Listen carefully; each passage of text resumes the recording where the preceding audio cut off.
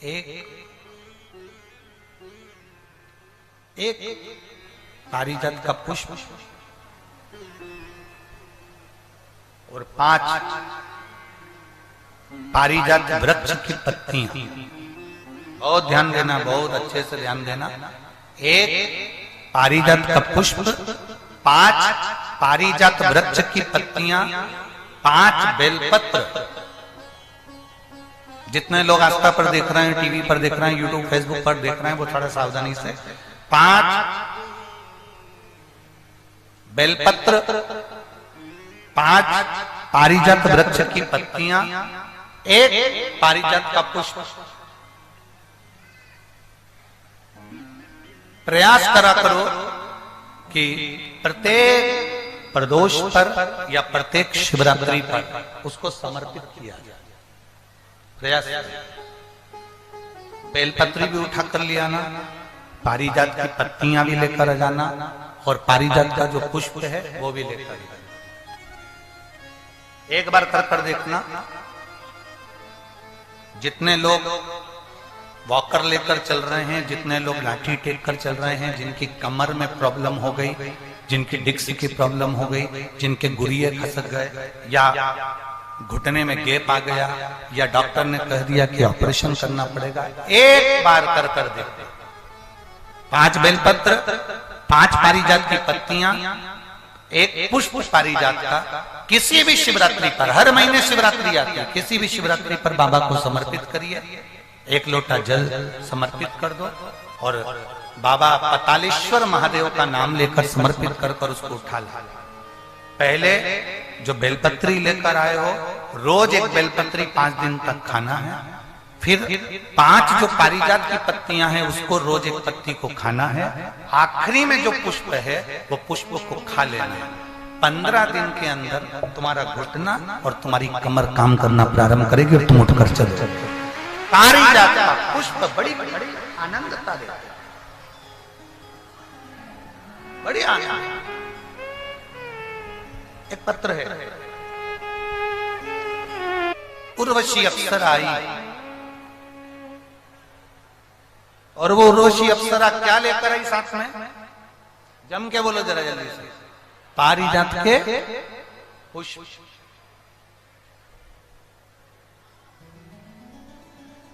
शंकर भगवान को चढ़ा हुआ 1 पारिजात का फूल उठाकर, अगर आप ऐसे ही नहीं खा सकते तो उसकी गोली बनाकर खाने का प्रयास करें। और एक और बात आज इस व्यासपीठ से कहना चाहेंगे, पारिजात का जो पुष्प होता है, पारिजात का जो फूल होता है, उस पुष्प के नीचे जो एक केसरिया कलर की डंडी होती है, करें दर्शन आप लोगों ने? अरे बोलो तो जम करें ना। तो जो पुष्प होता है, उस पुष्प के नीचे एक केसरिया कलर की डंडी होती है, केसरिया कलर। अगर बाबा की कृपा आप पर हो जाए और कहीं से पारिजात के थोड़े बहुत फूल आपके पास में एकत्रित हो जाए और मान लो वो पुष्प तुमने शंकर जी को नहीं चढ़ाए हैं और उसके नीचे की जो डंडी है उसको तोड़कर तुमने सुखा लिया, सुखाने के बाद उसको पीस लिया, पीस कर उसको अपने डब्बी में रख लिया। जब भी भगवान शंकर के मंदिर में जाए और उसका अगर आप शंकर भगवान को केसर तिलक लगाना प्रारंभ करें तो मनोकामना शीघ्र पूर्ण हो। पारिजात के पुष्प का इतना वर्णन है। और कोई कहे कि गुरुजी आप ये पारिजात के वृक्ष का जो वर्णन कर रहे हो, आप जो ये पारिजात के वृक्ष का वर्णन कर रहे हो, तो हमारा निवेदन है कि इसको हमने हरिवंश पुराण में से लिया।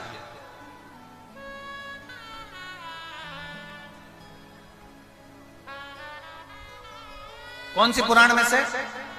हरिवंश पुराण में से। पारिजात के फूल का वर्णन हरिवंश पुराण के अंतर्गत जो वर्णन किया गया है, पुष्प का जो वर्णन किया गया है, शिव को माता लक्ष्मी भी समर्पित करती हैं भगवान शंकर को पारिजात का पुष्प।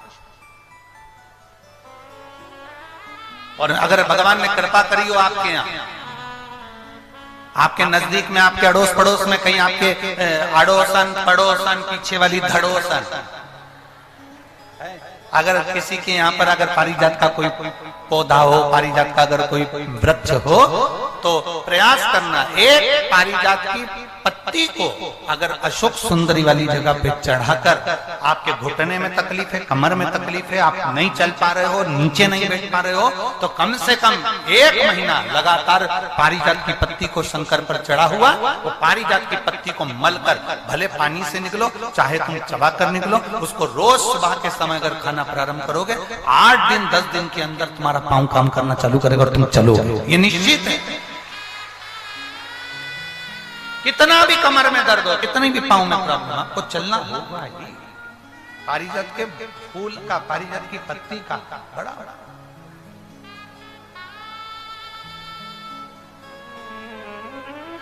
दो वृक्ष समुद्र मंथन के अंदर प्रकट हुए। कितने? मंथन में जो प्रगटे हैं उसमें से एक वृक्ष है पारिजात का वृक्ष, जो मंथन समुद्र मंथन में जो प्रकट है। आप लोगों के आसपास में कहीं पारिजात का पौधा या वृक्ष किसी के आसपास में है? बहुत बहुत साधुवाद है। पारिजात का वृक्ष समुद्र मंथन में प्रकट हुआ था, और वो पारिजात के पौधे का, पारिजात के वृक्ष का और पारिजात के पुष्प का बड़ा बड़ा। पारिजात का फूल देखा है आप लोगों ने? हाथ उठाओ, जैसा सबने देखा है ना? ठीक है, रखिए।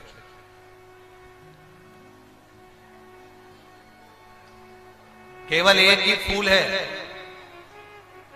पारिजात का, हार श्रृंगार का,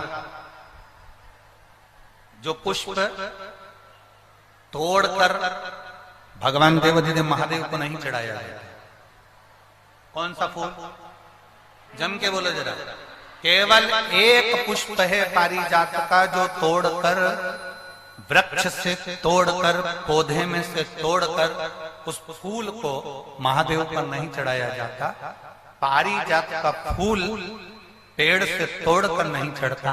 केवल एक पुष्प ऐसा है पारिजात का, हार श्रृंगार का, वो फूल जब पृथ्वी पर गिरता है, जमीन पर गिरता है, फिर उसको उठाकर भगवान को चढ़ाया जाता है। वो पेड़ से तोड़कर नहीं चढ़ाया जाता। केवल एक पुष्प। जम के बोलो, कौन सा पुष्प है? और जम के बोलो। आपसे इसलिए जम के बुलवा रहे हैं कि पड़ोसन भी अच्छे से सुन ले। वो पुष्प एक ऐसा पुष्प है, अगर हम गेंदे का फूल तोड़ते हैं, अगर हम धतूरा तोड़ते हैं, हम कोई पत्ती तोड़ते हैं, तो वृक्ष से तोड़कर फिर चढ़ाते हैं। पर महादेव को केवल एक पुष्प ऐसा है, पारिजात का हार श्रृंगार का पुष्प केवल ऐसा है जिस पुष्प को तोड़कर नहीं चढ़ाया जाता। पृथ्वी पर गिर जाता है, जमीन पर गिरता है, और जमीन पे से उठाकर महादेव को समर्पित किया जाता है। वो पारिजात का पुष्प।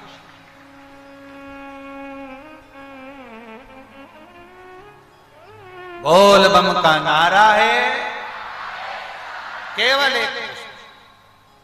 अब लोग कहें कि गुरुजी ये पारिजात का फूल जमीन पर गिरता है, फिर उसको उठाकर भगवान को चढ़ाया जाता है, तो वो तो जमीन पर गिर गया, शुद्ध हो गया, बेकार हो गया है। लोग कहेंगे कि कीचड़ का है, धूल का है, मिट्टी का है। शिव महापुराण की कथा कहता है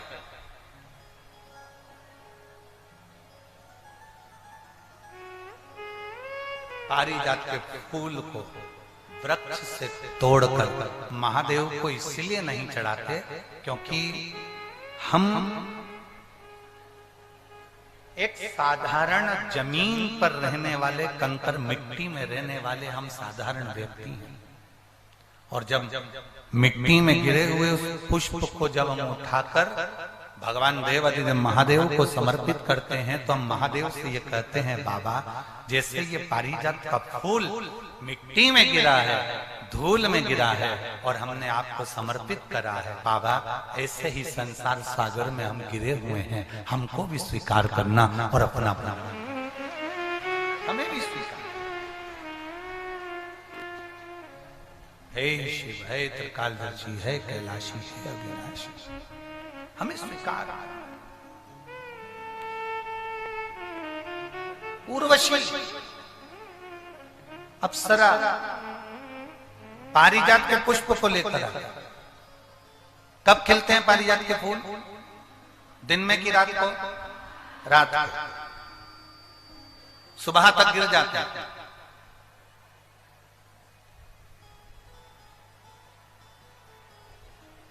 लगभग दशहरे के समय पर, दशहरे से आगे पीछे ही ये पारिजात के फूल ज्यादा आते हैं।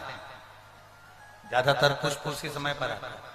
और जो समझदार व्यक्ति होते हैं ना, वो पारिजात के पुष्प को कई माताओं की आदत रहती है। अब यहाँ पर ऐसा है कि नहीं, परंतु हमारे यहाँ अगर पारिजात का पुष्प है ना, तो उसको ऐसे जमीन पे से उठाकर उसको भगवान शिव को चढ़ाने के लिए ऐसे कॉपी में उसको रखते जाते हैं। ऐसे ऐसे उसको रख लेते हैं बहुत सारे पुष्प। तो वो पुष्प जो है ना, वो सूख जाते हैं। सूखने के बाद में पारिजात का पुष्प जो शिवरात्रि करने वाले होते हैं, या प्रदोष का व्रत करने वाले होते हैं, या सोमवार के अष्टमी का व्रत करने वाले होते हैं, या सावन के महीने में पूजन करने वाले होते हैं। अब पूरे साल तो पारिजात के फूल आते नहीं है, वो आते हैं दशहरे के लगभग में 1-1.5 महीने का उनका क्रम रहता है फूलों का आने का। तो वो पूरे पुष्प ऐसे कॉपी में, एक पुस्तक में उसको रख लेते हैं। फिर जब भी पूजन करने का मौका मिलता है, एक पारिजात का फूल उठाकर महादेव को समर्पित कर देते हैं।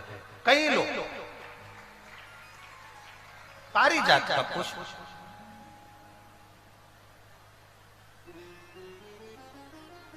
ये वही पुष्प है जो दुर्वासा जी ने भगवान राम जी से बुलवाया था। अयोध्या में शंकर जी की पूजन के लिए दुर्वासा बाबा बुलवाए थे। ये वो पारिजात का पुष्प।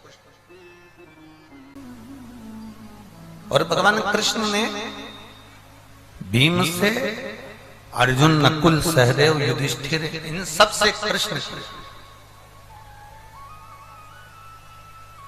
सबसे श्रेष्ठ, सबसे अच्छी चौसर कौन खेलता? भगवान कृष्ण ने एक प्रश्न किया। भीम, अर्जुन, नकुल, सहदेव, युधिष्ठिर सब बैठे थे और उन्होंने एक प्रश्न किया कि सबसे अच्छी चौसर कौन खेलता? सबसे अच्छी चौसर खेलता कौन?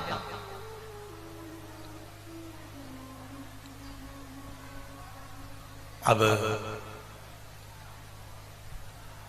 भीम को लगा कि मुझसे अच्छी चौसर कौन खेल सकता है? मेरे बराबर की चौसर खेलेगा भी तो खेलेगा कौन? मेरे बराबर अच्छी चौसर कौन खेल सकता है? भीम, युधिष्ठिर, नकुल, अर्जुन सब बैठे थे और उन्होंने कह दिया कि सबसे अच्छी चौसर तो हम ही खेलते हैं।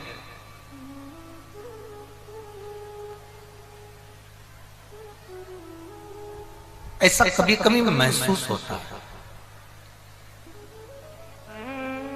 ऐसा कभी कभी हमारे हृदय में ऐसा भाव प्रकट होता है।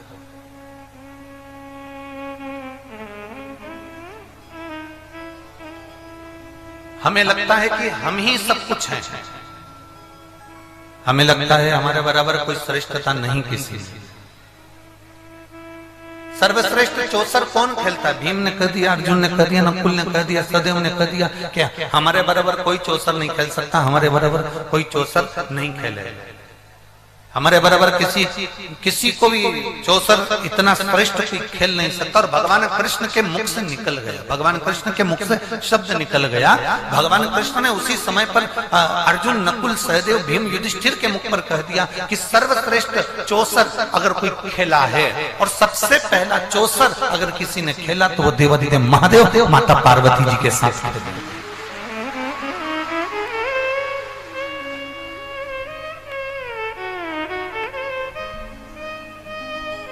सर्वश्रेष्ठ चौसर अगर कोई खेला है तो केवल देवादिदेव महादेव माता पार्वती जी के साथ खेला।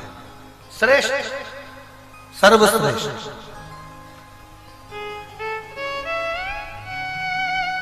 अब भीम के अंदर तो अहम था, भीम के अंदर तो अहंकार था।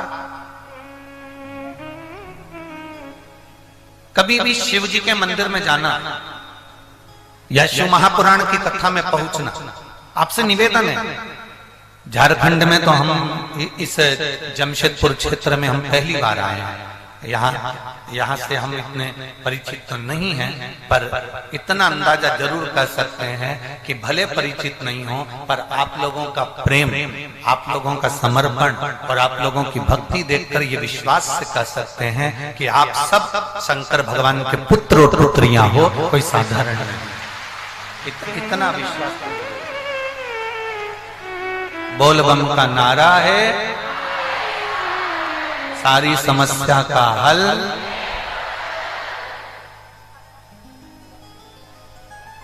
शिव जी को चढ़ाओ एक लोटा जल, संवर जाएगा हमारा कल। ये निश्चित है।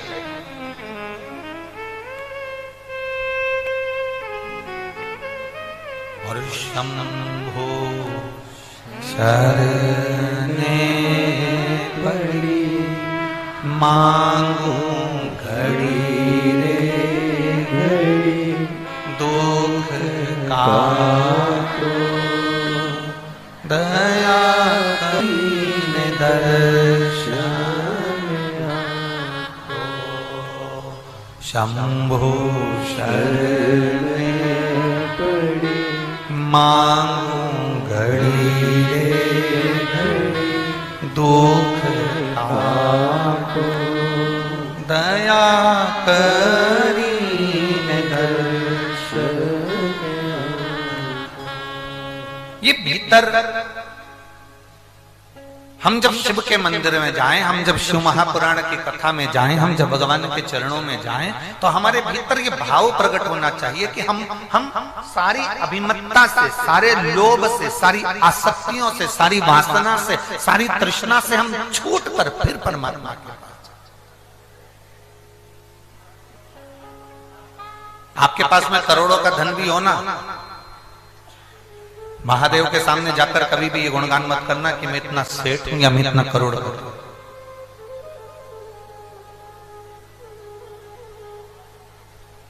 गुणगान उसके सामने करना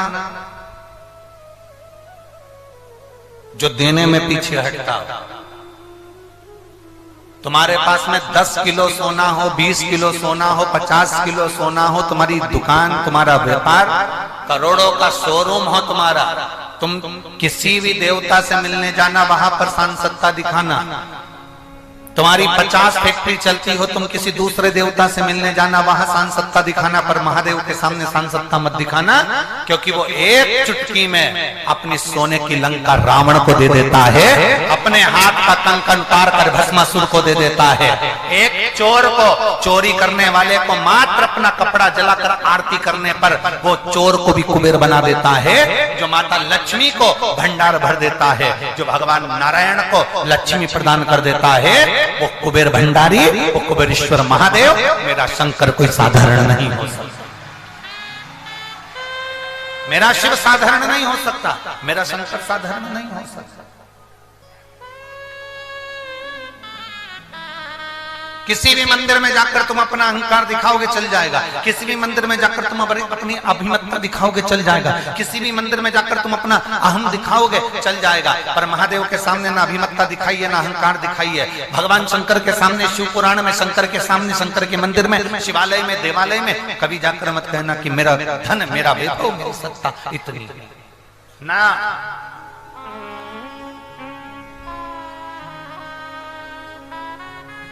दुनिया को देकर वीराने में रहता है,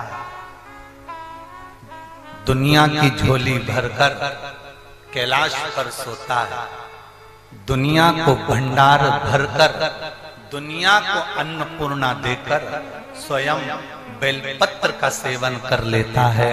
वो साधारण नहीं, वो कालाधिपति महाकाल राजा है। साधारण नहीं है मेरा शिव, साधारण नहीं है मेरा शंकर।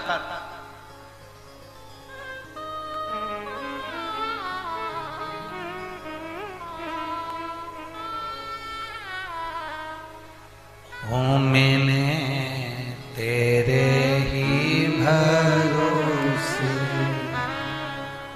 बाबा, तेरे ही भरोसे हवा बिच उड़ती जावांगी, बाबा डोर तो छड़ी नाम कटी जाएगी।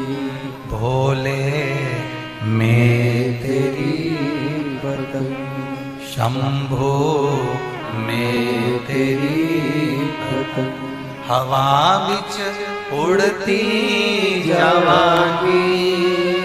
बाबा डोर तो छड़ी नाम कटी जावागी।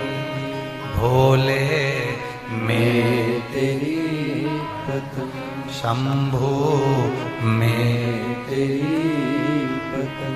शिव कथा का भगवान शंकर का संवाद कर रहा है। सब दूर अकड़ दिखा, सब दूर अहम दिखा, सब दूर तुम्हारे धन की रोब दिखा, सब दूर तुम्हारी सत्ता की रोब दिखा, सब दूर तुम्हारी कुर्सी की रोब दिखा, सब दूर तुम्हारी प्रतिष्ठा की रोब। पर महादेव के चरणों में किसी की रोब नहीं चलती। उसके चरणों में तो हर कंकर संकर होता है, प्रत्येक जीव एक जैसा।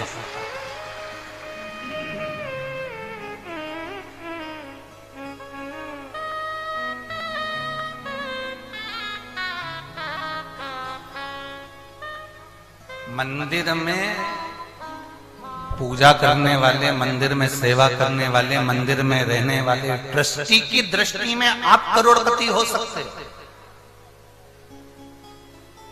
मंदिर में पूजन करने वाले, मंदिर में सेवा करने वाले पुजारी की दृष्टि में, ब्राह्मण पंडित की दृष्टि में आप करोड़पति हो सकते हो।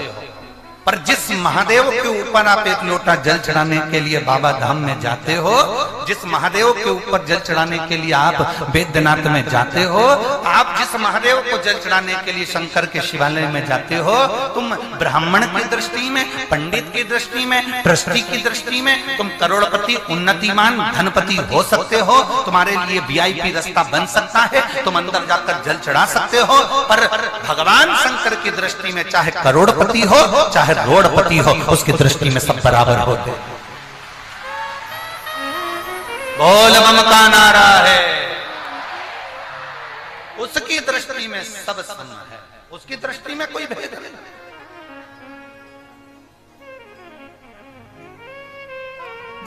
सबके लिए, सबके लिए। भीम, युधिष्ठिर, नकुल, सहदेव, सब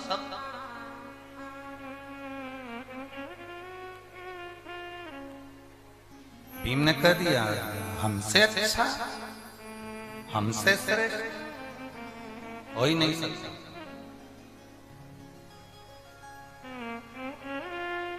भगवान कृष्ण के मुख से निकल गया कि महादेव के बराबर कोई चौसर नहीं। सबसे पहले देखो, दुनिया के लोगों को जो भी दिया ना वो महादेव ने दिया।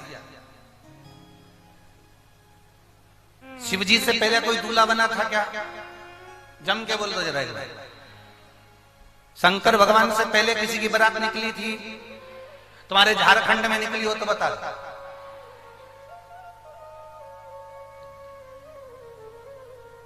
राम जी की बारात भी बाद में निकली, कृष्ण भगवान की बारात बाद में निकली, शालिग्राम भगवान की बारात बाद में निकली, नारायण की बारात बाद में निकली। सबसे पहली बारात निकालने का हक अगर किसी को है तो वो देव अधिदेव महादेव को है। सबसे पहली बारात निकाली थी और इतनी जोरदार निकाली थी कि उसमें करोड़पति भी बहुत थे और रोड़पति भी बहुत थे। उसमें बहुत भगवान विष्णु, ब्रह्मा, इंद्र, देवता, 33 कोटि देवी देवता सब।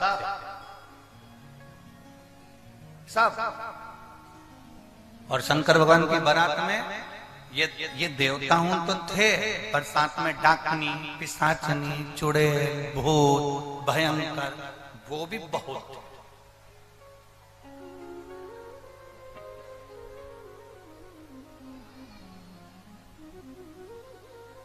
पहली बारात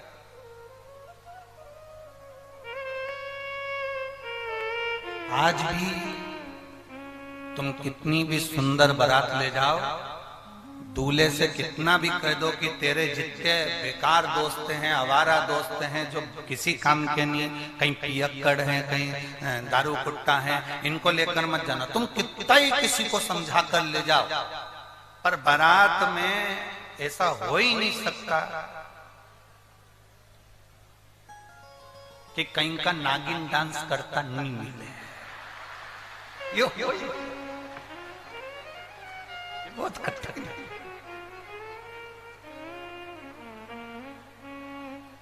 बहुत कठिन। कभी कभी बड़ा आश्चर्य हो जाता है। एक महाराज जी प्रवचन दे रहे थे और महाराज प्रवचन में कह रहे थे, मेरे मुख से 7 दिन तक गंगा बहेगी, तुम सब जितने बैठे हो सब उस गंगा में डुबकी लगा। अब उसी कथा में एक सिर फिरा बैठा था, उसकी बुद्धि में आया कि महाराज जी बोल रहे हैं मेरे मुख से 7 दिन तक गंगा बहेगी, तुम सब इसमें डुबकी लगाओ। उस सिर फिरा व्यक्ति उठकर अपने घर गया, अपनी पत्नी को आवाज लगाई, सुनती है? पत्नी ने कहा क्या है, तुम तो कथा में गए थे, यहाँ वापिस कैसे आ गए? पत्नी ने जैसे पूछा, पति ने कहा वो महाराज जी बोल रहे थे कि मेरे मुख से 7 दिन तक गंगा बहेगी, उसमें डुबकी लगाओ, सुन तो। पत्नी ने कहा क्या है? वो अपने दद्दा मरे थे ना, अपने पिताजी मरे थे ना, उनकी अस्थियां रखी है ऊपर, जल्दी उतार कर। अरे पत्नी ने कहा बड़े आज तो तुम्हारे पिताजी की तुमको याद आ गई क्या? तुम गंगा जी में अस्थियां खमाने के लिए जा रहे हो, ठंडा करने जा रहे हो, अस्थियां खमाने जा रहे हो? पति बोला तू फालतू की बात मत कर, जल्दी से अस्थियां उतार के ला। पत्नी अस्थियां उतार के लाई, पति को दी, पति ने उसको उखल में डाला और उसको मूसल से कूट दिया, कूट के उसकी पुड़िया बना ली पीस के और पुड़िया बना के और कथा में जाके बैठ गया। जैसे महाराज जी ने कहा मेरे मुख से 7 दिन तक गंगा बहेगी, तुम सब डुबकी लगा। इतने में वो खड़ा होकर बोला महाराज जी रुको, थोड़ा सा प्रसाद खाओ। अब उसने महाराज जी को जो वो पुड़िया दी और महाराज जी ने व्यासपीठ पर उस पुड़िया को खोला और खोल कर जो मुंह में डाला, डालते से वो हड्डी का चूरा चर बोला, दांत में आए। अब महाराज जी ने उसको धीरे से बुलाया, इधर इधर। वो आया, महाराज जी ने पूछा तू ये बता कि मुझे क्या खवाया? इतने में वो बोला महाराज जी हमारे पिताजी की अस्थियां बहुत दिन से धरी थी, हमारी पत्नी रोज कहती थी गंगा जी में खवा दो, गंगा जी में खवा दो, गंगा जी में खवा दो, गंगा जी में ठंडा कर दो। अब इतने में तुम हमारे गांव में आ गए और तुमने बोला कि हमारे मुख से 7 दिन तक गंगा बह रही है, तो हमने सोचा कहाँ गंगा जी में खवाने जाएंगे, यहीं खवा। कहाँ जाएंगे?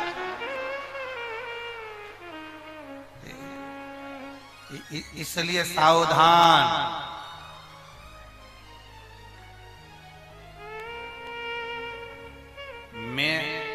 मेरा ये संबोधन सब बेकार।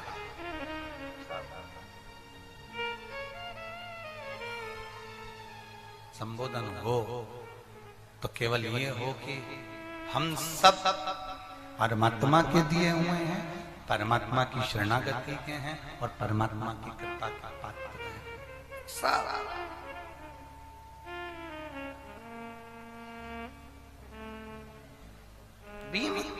युधिष्ठिर, नकुल, सहदेव, इन सब के भीतर एक अभिमान प्रकट हो गया, एक अहम।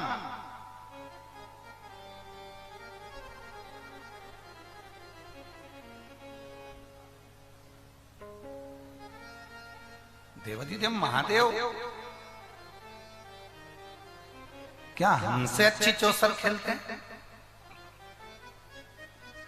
भीम ने नकुल, सहदेव, युधिष्ठिर, अर्जुन से कहा कि अब कुछ भी हो जाए मुझे महादेव के साथ में चौसर खेलना ही है, मैं भी तो देखूं कि आखिर चौसर में क्या है। बहुत लोग कथा श्रवण करने आते हैं शिव महापुराण की, ये विचार कर आते हैं आखिर इस शिव पुराण में ऐसा क्या है जो दुनिया के लोगों का दुख दर्द मिट जाता है। ऐसा शिव महापुराण में है क्या जिसमें दुनिया के लोगों की तकलीफें मिट जाती?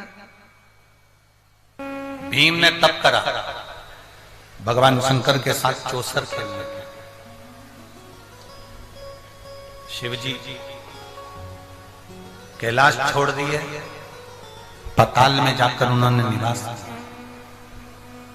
शंकर भगवान जब पताल में जाकर निवास करे तो शिव जी का नाम पतालेश्वर, जम के बोलो जरा, पतालेश्वर महादेव का। भगवान शिव पताल में जाकर निवास किया, पताल में पहुंच गए, निवास किया। भगवान नारायण को मालूम पड़ा कि देवाधिदेव महादेव पताल में निवास कर रहे हैं, तो भगवान विष्णु स्वयं भगवान शिव से मिलने के लिए पताल में पहुंचे।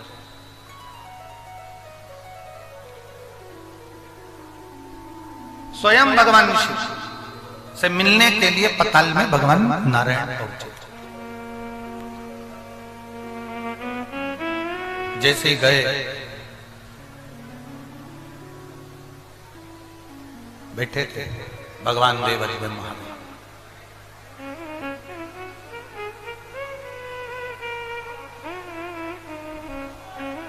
शिव बैठे हैं, भगवान नारायण का आगमन हो गया।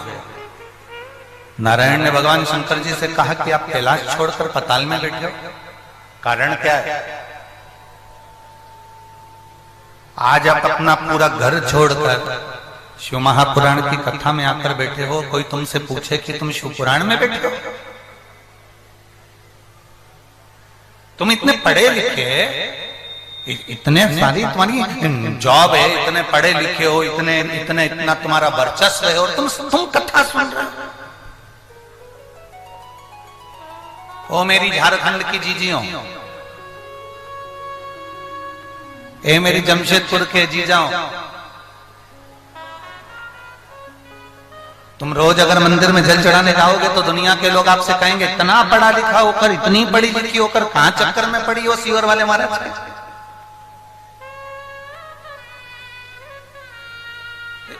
अरे भाई, कहां चक्कर में पड़े हो?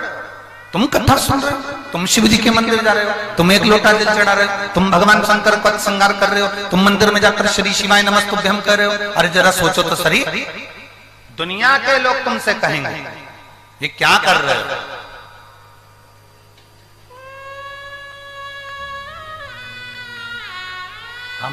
हमें ये नहीं कहना कि भाई हमारा ये हमारे भीतर की श्रेष्ठता है। आप बैठे शिव महापुराण में,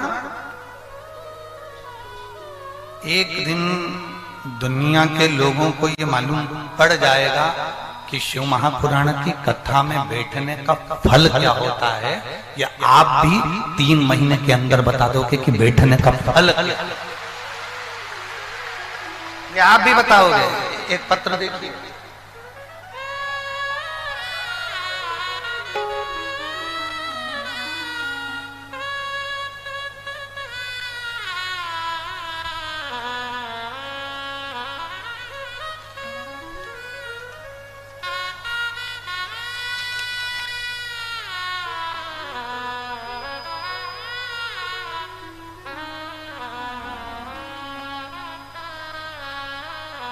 मैं बिजुल देवी हजारीबाग दारू के निवासी हूं। मैं बिजली देवी हजारीबाग दारू के निवासी। कहीं बैठी हैं? हाथ हिलाओ। हाँ ठीक है, इतनी सारी बिजली देवी है, जो खास बिजली देवी है वही खड़ी रहे, बाकी सब बैठ जाओ। हाँ धन्यवाद, हाथ हिला दो। श्री शिवाय नमस्ते। मैं बिजली देवी हजारीबाग दारू की निवासी हूं। मेरी छोटी बहन ने मुझे आपकी कथा से परिचय कराया। मैं भी आई हूं गुरुजी। छोटी बहन भी आई है? हाँ अब आते ला। छोटी बहन, हाँ ठीक है। श्री शिवाय नमस्ते। मेरे पति जिनका नाम दिनेश चंद चौरसिया है, उनको अचानक 22 सितंबर 2022 के दिन 12:20 पर बहुत जोर से पेट में दर्द लगा और हम उन्हें तुरंत डॉक्टर के पास लेकर गए। उन्हें हजारीबाग लेके गए और तुरंत गाड़ी से जब हजारीबाग के हॉस्पिटल में लेकर गए, वहां डॉक्टर ने 2 दिन तक उनका जांच किया। फिर हम उनको रांची ले गए। रांची में मेदांता हॉस्पिटल लेकर गए और वहां 20 से 25 दिन तक उनको आईसीयू और वेंटिलेटर पर डाल के रखा गया। रिपोर्ट में पता चला कि इनकी किडनी पूरी खत्म हो गई है और पूरी किडनी ने काम करना बंद कर दिया है और पूरी किडनी डैमेज हो चुकी है, इन्फेक्शन हो गया है। डॉक्टरों ने हाथ उठा दिए। डॉक्टरों के हिसाब से जब तक वेंटिलेटर पर हैं तब तक ही ये रहेंगे, उसके बाद अगर इनको उठाया गया तो इनका शरीर नहीं रहेगा। डॉक्टर ने हाथ ऊंचे कर दिए क्योंकि इनकी किडनी ने काम करना बंद कर दिया। अब करें तो करें क्या? तभी मेरे परिचित ने मुझसे कहा कि तुम शंकर जी पे 1 लोटा जल चढ़ाओ, उसकी 2 बूंद लाकर तुम्हारे पति को पिला दे। अब हम करें तो करें क्या? मंदिर जाना, वहां से जल लाना और जल लाकर वेंटिलेटर पर पड़े हुए व्यक्ति को देना, ये तो डॉक्टर करने नहीं देंगे। तब हमने शंकर जी पे चढ़े हुए जल को रुमाल में गीला कर कर, कपड़े में गीला कर कर उनसे मिलने के बहाने उनके शरीर पर लगाकर आया। बाबा जो 25 दिन से आईसीयू में वेंटिलेटर पर पड़े थे, बाबा की कृपा से उन्होंने धीरे से आंख खोली और बाबा की कृपा से उनका शरीर काम करना प्रारंभ करा। और जो डॉक्टर कह रहे थे कि इनको डायलिसिस चलेगा, आज बाबा की कृपा से उनका कोई डायलिसिस नहीं हो रहा और उनका शरीर पूर्ण तरह से ठीक है। मैं बाबा को धन्यवाद देने के लिए आई हूं। अब ठीक है बाबू, दोनों हाथ हिला देगा। श्री शिवाय। अच्छा आए हैं साथ में? ठीक हो आप? आ जाओ, एक बेलपत्र ले जाओ। आ जाओ आ जाओ। मेरी किडनी ने काम करना प्रारंभ कर दिया, मेरा डायलिसिस नहीं चल रहा और मैं पूर्ण तरह से स्वस्थ हूं। ये बाबा की गुरुदेव शिव तत्व है, औघड़ी है शिव औघड़ी। ये शिव जी के चढ़े हुए जल का ही प्रताप है जो तक कूद के आ रहा है। यही शंभु और तेरी कृपा बिना न हिले एक भी अणु, लेते श्वास तेरी कृपा से तनु तनु। गंगाधार मुक्ति द्वार ओमकार तू, भोले ओमकार तू। आयो शरण तिहारी शंभो तार तार तू। बखान क्या करूं मैं राखों के ढेर का, चपटी भभूत में खजाना कुबेर का। हे गंगाधार मुक्ति द्वार अजान दो दोनों का ओमकार तू, भोले ओमकार तू। आयो शरण तिहारी शंभो तार तार तू। शिव कथा कर रहे, भगवान शंकर का संवाद कर रहा है, शिव महापुराण की कथा कर रहा है।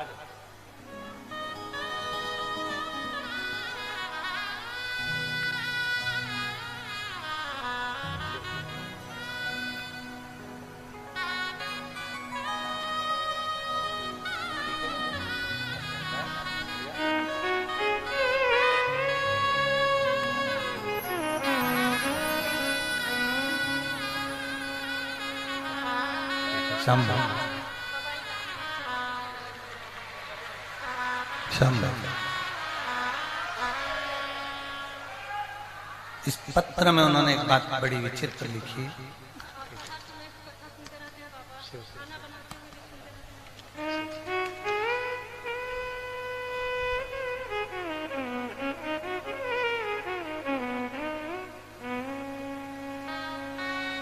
डॉक्टरों ने भी हाथ ऊंचा कर दिया, तब बाबा ने हाथ पकड़ लिया। ये शिव महापुराण। शिव तत्व है, औघड़ी है शनि। एक पत्र और है, धर्मेंद्र कुमार यादव, पोस्ट सुहिया, जिला भोजपुर, बिहार। कहीं बैठे हो तो हाथ हिला सकते हैं। धर्मेंद्र कुमार यादव, ग्राम पोस्ट सुहिया, जिला भोजपुर, बिहार। गुरुजी मेरे पेट में अचानक दर्द हुआ, कहीं बैठे हो तो हाथ हिला सकते हैं। कहीं पर बैठे हो। धर्मेंद्र कुमार यादव, ग्राम पोस्ट सुहिया, जिला भोजपुर, बिहार। अच्छा, इधर पंडाल में जरा कैमरे वालों से निवेदन करूंगा, अगर हो सके तो उनको कैच करिएगा। हाथ हिला दो आप एक बार, कैमरे वाले आपको कैच कर लेंगे।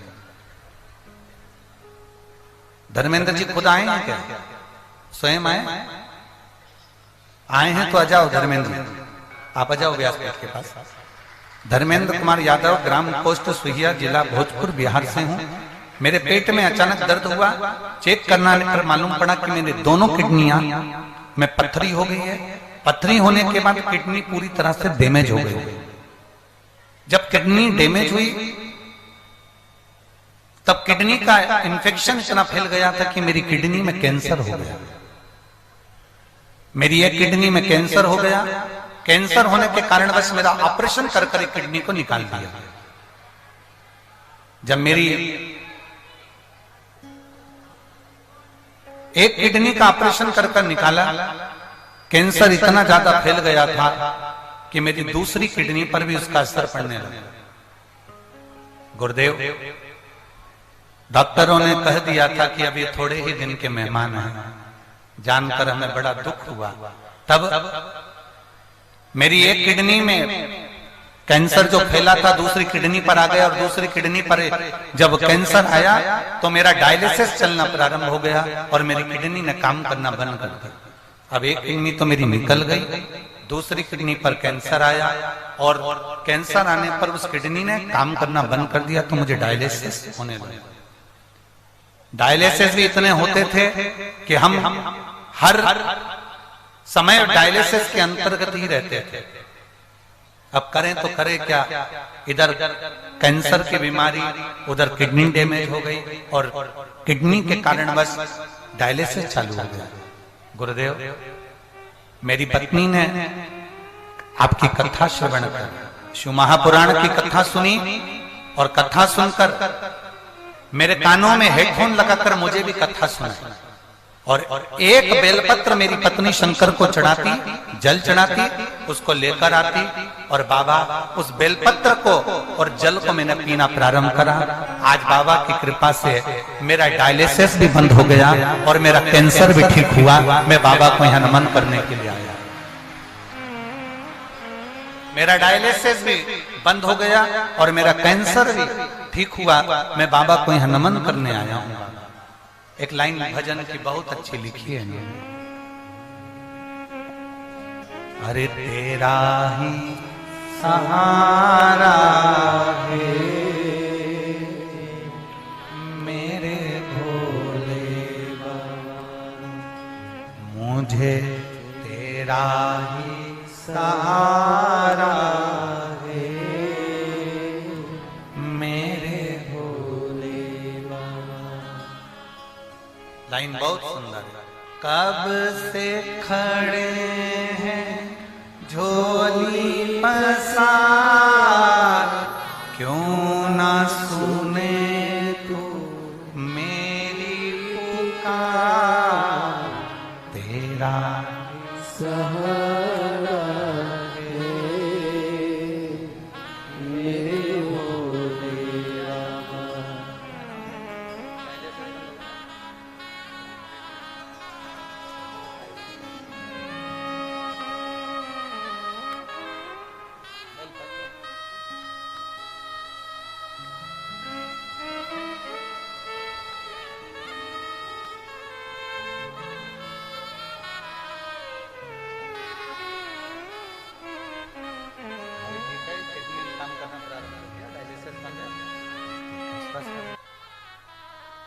उसका भजन, उसका कीर्तन, उसका स्मरण हमें सुख देता है।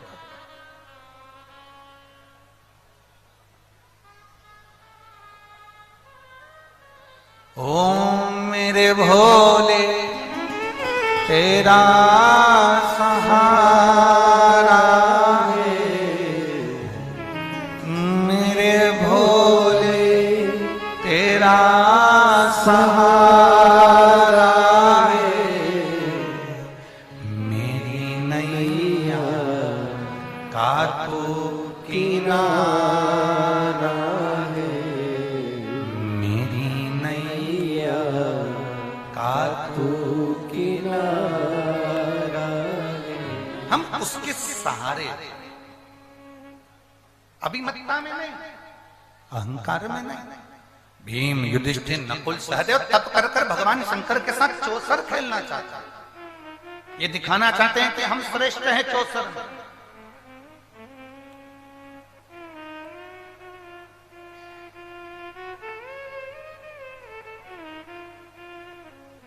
चौसर में हम श्रेष्ठ हैं, ये दिखाना चाहते हैं।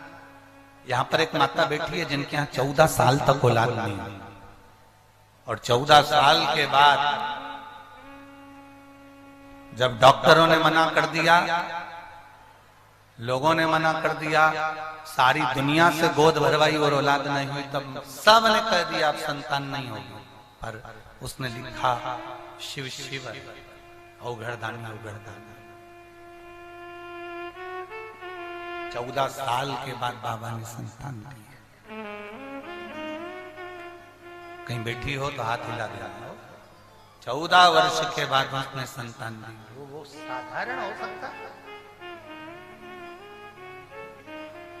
बोल बम का नारा है,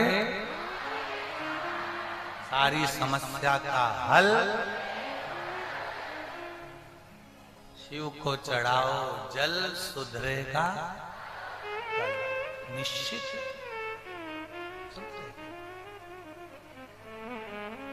देता शिव कथा कर दिखाना चाहा, बताना चाहा, तब करा। शिव जी पताल में, भगवान नारायण पहुंच गए बैकुंठ से। बैकुंठ से भगवान नारायण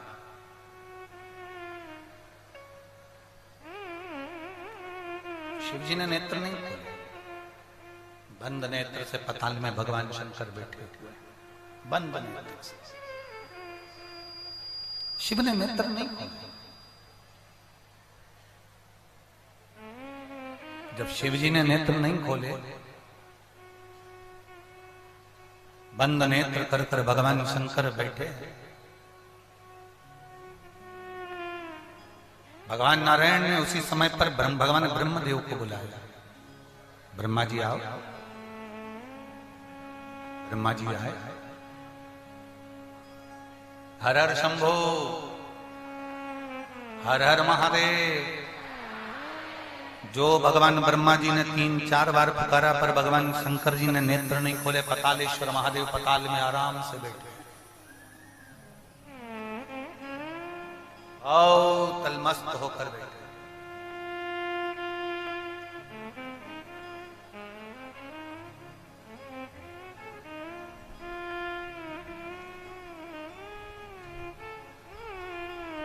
शिव जी नेत्र नहीं खोले।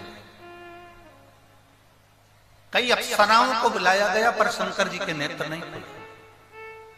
तब एक इंद्रलोक की एक अप्सरा उर्वशी को बुलाया गया। उर्वशी ने वहां जाकर नृत्य नहीं किया। उर्वशी ने पताल में जाकर कोई नृत्य नहीं करा। उर्वशी ने पताल में जाकर कोई ऐसा कर्म नहीं करा जिससे महादेव को क्रोध आए। उर्वशी का काम केवल एक था, इंद्रलोक में रहती थी, देवलोक में रहती थी, और देवलोक में रहकर वहां पर जो पारिजात का पुष्प था, हार श्रृंगार का जो पुष्प था, पारिजात का जो पुष्प था, उस पुष्प से भगवान शंकर का शिवलिंग बनाकर उसका पूजन किया करती थी। वो उर्वशी जो शिव जी की पूजन में लीन रहती थी, वो उर्वशी आई और उसने यहाँ आकर कोई नृत्य नहीं करा। अभी जितनी अप्सरा आई थी वो नृत्य कर रही थी। अभी तक जितनी अप्सरा आई थी वो कुछ ना कुछ लीलाएं कर रही थी। पर उर्वशी ने कोई नृत्य नहीं, कोई लीला नहीं करी। उर्वशी ने केवल एक काम करा। जब वो इंद्रलोक से, देवलोक से पताल लोक में आई, तो साथ में पारिजात के पुष्प को, हार श्रृंगार के पुष्प को थोड़ा सा लेकर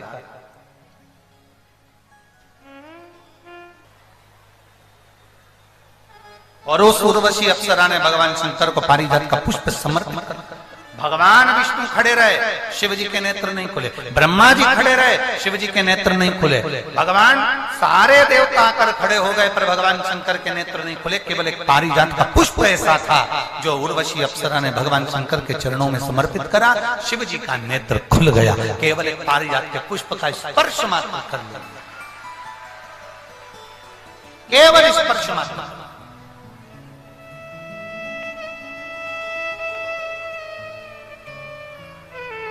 और शंभो शरण पड़ी मांगो घड़ी रे घड़ी दुख काटो दया करी न दर्शन आपो दया करी न दर्शन पारिजात के पुष्प का महत्व।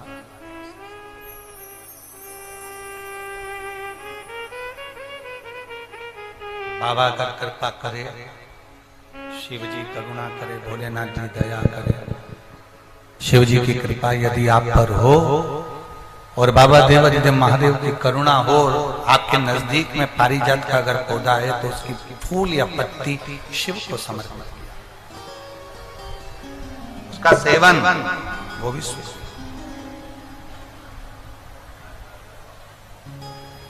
भगवान शंकर की कथा कर, बाबा देवाधिदेव महादेव का चरित्र। जैसे आप लोग यहां से जाते हो, कर्पूर गौरम कर्णावतारम जब होता है, आरती पूर्ण हो जाती है, जब यहां से निकलते हो तो अपने मन की कामना कर कर बाबा को प्रणाम कर कर जमीन पे से रज को छूकर अपने हृदय से और मस्तक पर लगाकर प्रणाम कर कर फिर जाते हो। ऐसे प्रणाम कर कर जाया करो और बाबा से झोली पसार कर प्रणाम कर कर कहा करो, भोला सब दुख काटो ओ भोला सब दुख काटो शिव शंकर जपो तेरी माला, भोले बाबा जपो तेरी माला, भोला सब दुख काटो ओ भोला सब दुख काटो। शिव कथा का शिव के नेत्र खुले। भगवान शंकर ने पूछा, भगवान देवाधिदेव महादेव ने पूछा, आपका आगमन क्यों हुआ? नारायण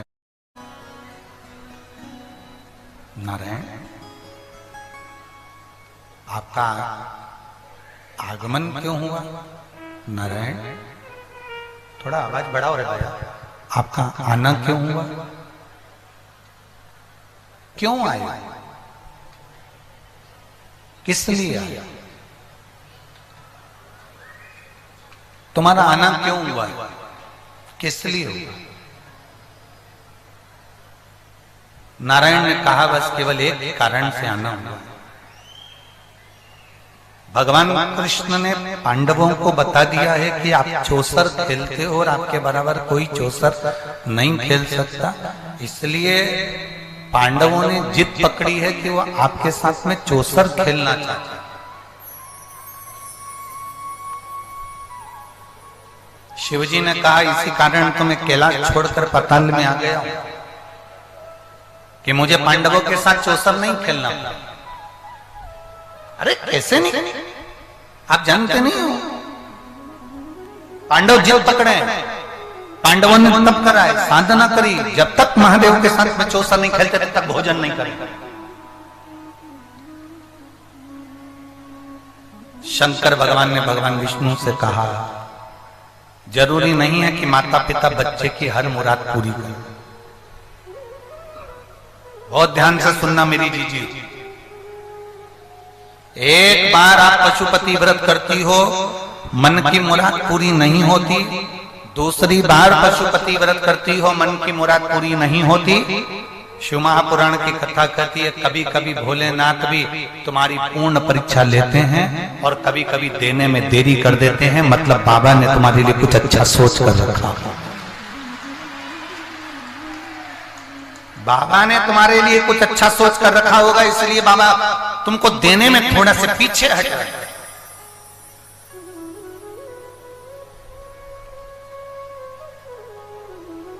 थोड़ा समय लग सकता।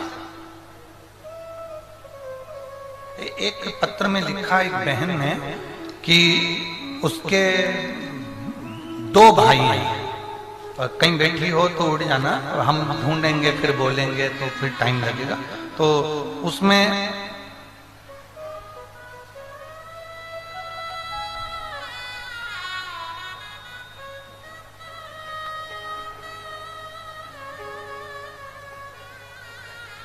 उसके 2 भाई हैं और दोनों भाई की नौकरी नहीं थी। तब एक भाई ने सरकारी नौकरी में अप्लाई किया, और कौन जन किस चीज में अप्लाई करा था वो इसमें कहीं पत्र में लिखा होगा।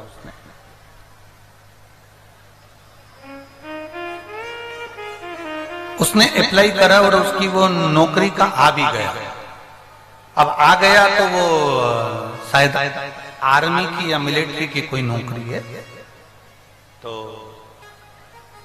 भाई से जो जलने वाला था, ईर्ष्या रखने वाला, अगर कहीं बैठी हो बहन तो हम पत्र ढूंढेंगे, समय लगेगा।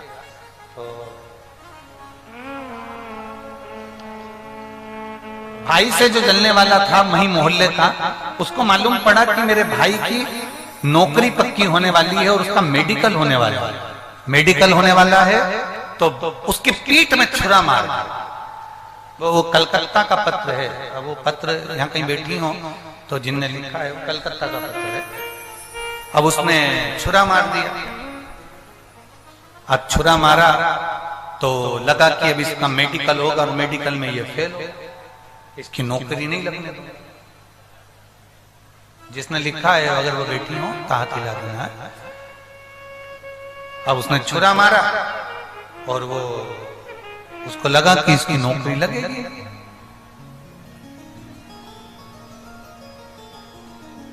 उसमें लिखा उसने बहन ने कि मैंने मेरा भाई रो रहा था और मेरा भाई कहता है कि जी अब तो मेरी नौकरी लगी नहीं सकती क्योंकि मेरे को घाव हो गया, उसमें टांके लगे। अब क्या क्या क्या।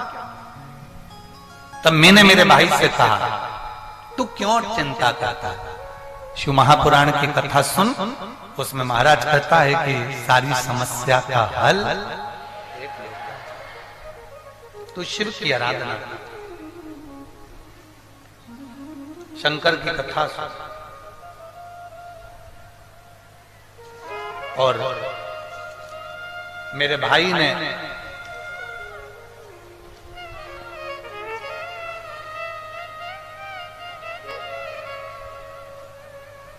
शिव जी को जल चढ़ाना प्रारंभ करा।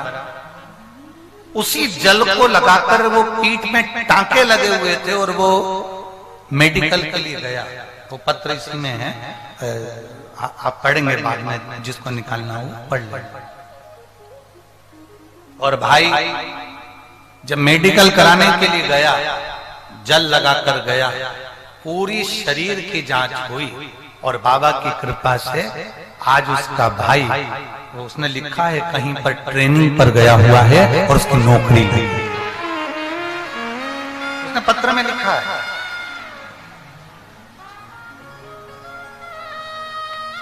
शंभो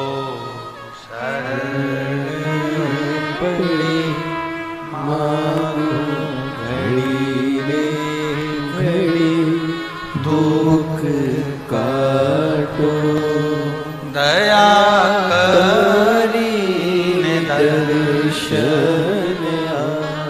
शिव कथा कहती है आपका विश्वास जितना कथा करे।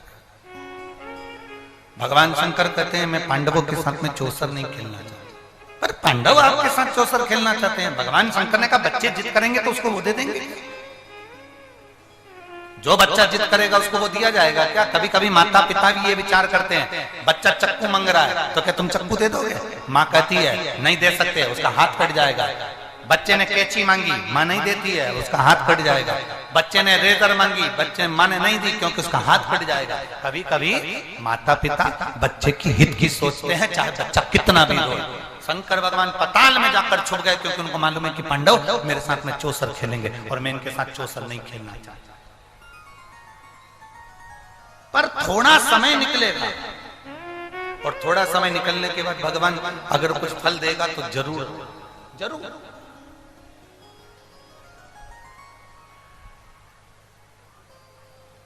एक पत्र है,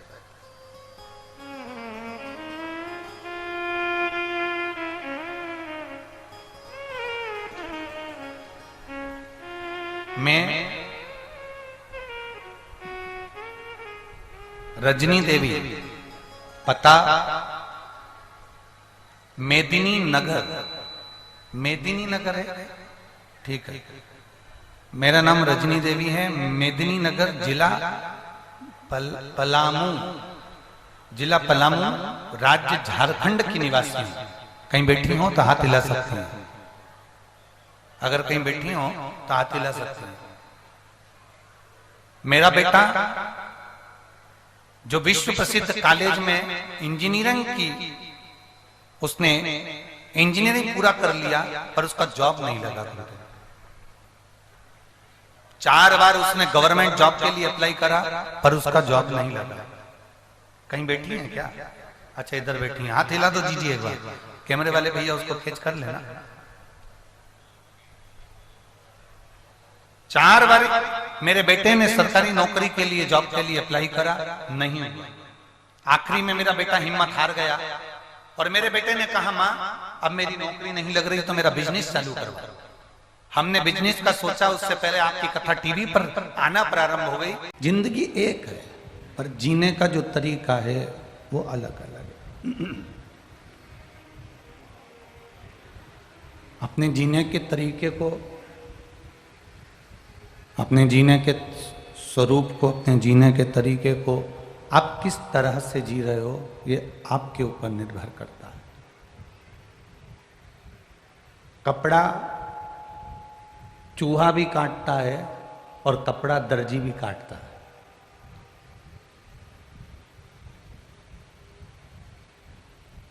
जो कपड़ा चूहा काटता है वो कपड़े का बंठा ढाल कर देता है और जो कपड़ा दर्जी काटता है वो कपड़े का भी कल्याण कर देता है। कपड़ा तो काटा ना, चाहे चूहे ने काटा चाहे दर्जी ने काटा। तो आप में से कितने लोग हैं जो चूहे के कटे हुए कपड़े डिजाइन वाले पहनते हैं? है कोई? अरे बोलो, जम के बोलो। नहीं है ना? तो कोई कहे कपड़ा ही तो काटा था, चूहे ने काटा चाहे दर्जी ने काटा, काटा तो सही ना। कपड़ा चूहा भी काटता है और कपड़ा दर्जी भी काटता है, पर चूहे कपड़े को काटता है तो कपड़े को बिगाड़ देता है, कपड़े को खराब कर देता है, कपड़े को बेकार कर देता है। पर जब दर्जी कपड़े को काटता है तब उस कपड़े की ऐसी ऐसी डिजाइन बना देता है कि लोग उसको तन पर धारण कर कर अपने आप को गौरवान्वित महसूस करते हैं, अपने आप को अच्छा महसूस करते हैं, अपने आप को सुंदर महसूस करते हैं। काटा तो दोनों ने, चूहे ने भी कपड़ा काटा और दर्जी ने भी कपड़ा काटा, पर चूहे के काटने में वो सुख का अनुभव नहीं है, मिठास नहीं है बाबू। चूहे के काटने में वो आनंद का अनुभव नहीं है, पर दर्जी के काटने में एक आनंद का अनुभव है, दर्जी के काटने में एक सुख का अनुभव है। अब जिंदगी एक ही है, कपड़ा एक ही है, पर उसको जीने का तरीका अलग अलग है। उसी तरह कपड़ा एक ही है पर उसको काटने का तरीका अलग अलग है। चूहा काटेगा कपड़े को बिगाड़ देगा और दर्जी काटेगा कपड़े को संवार देगा। शिव कथा कर रही है एक जीने का तरीका।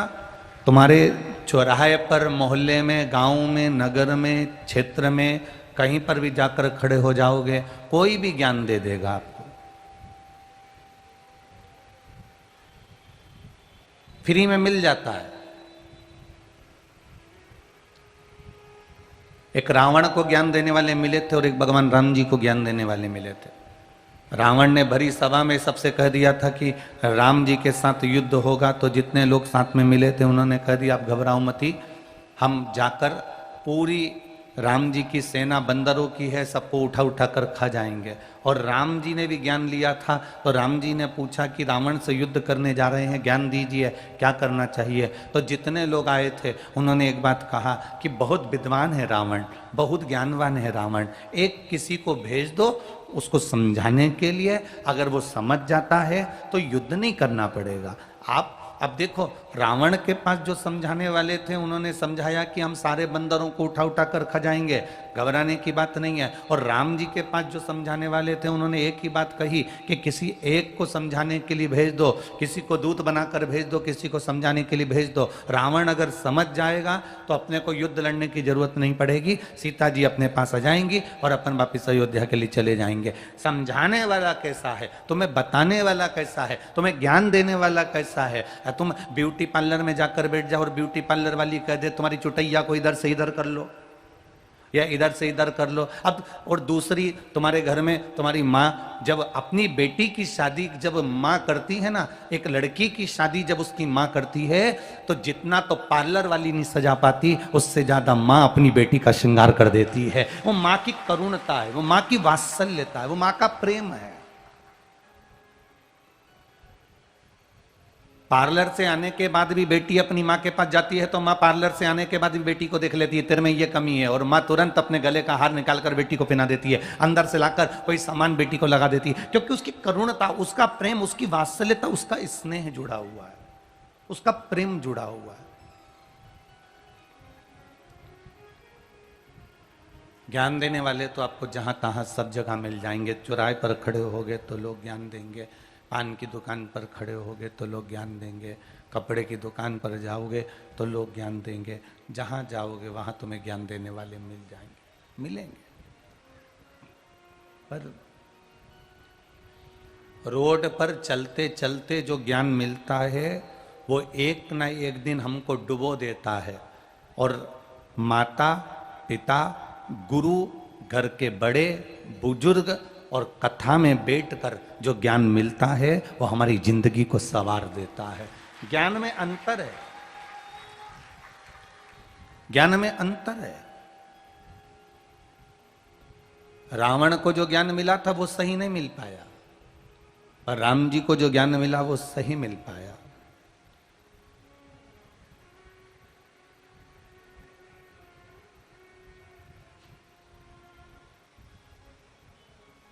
ज्ञान में अंतर आ जाता है।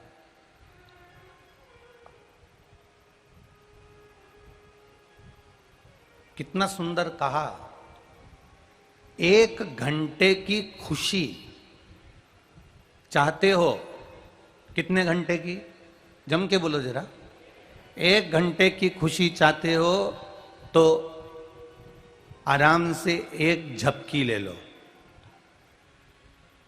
क्या ले लो?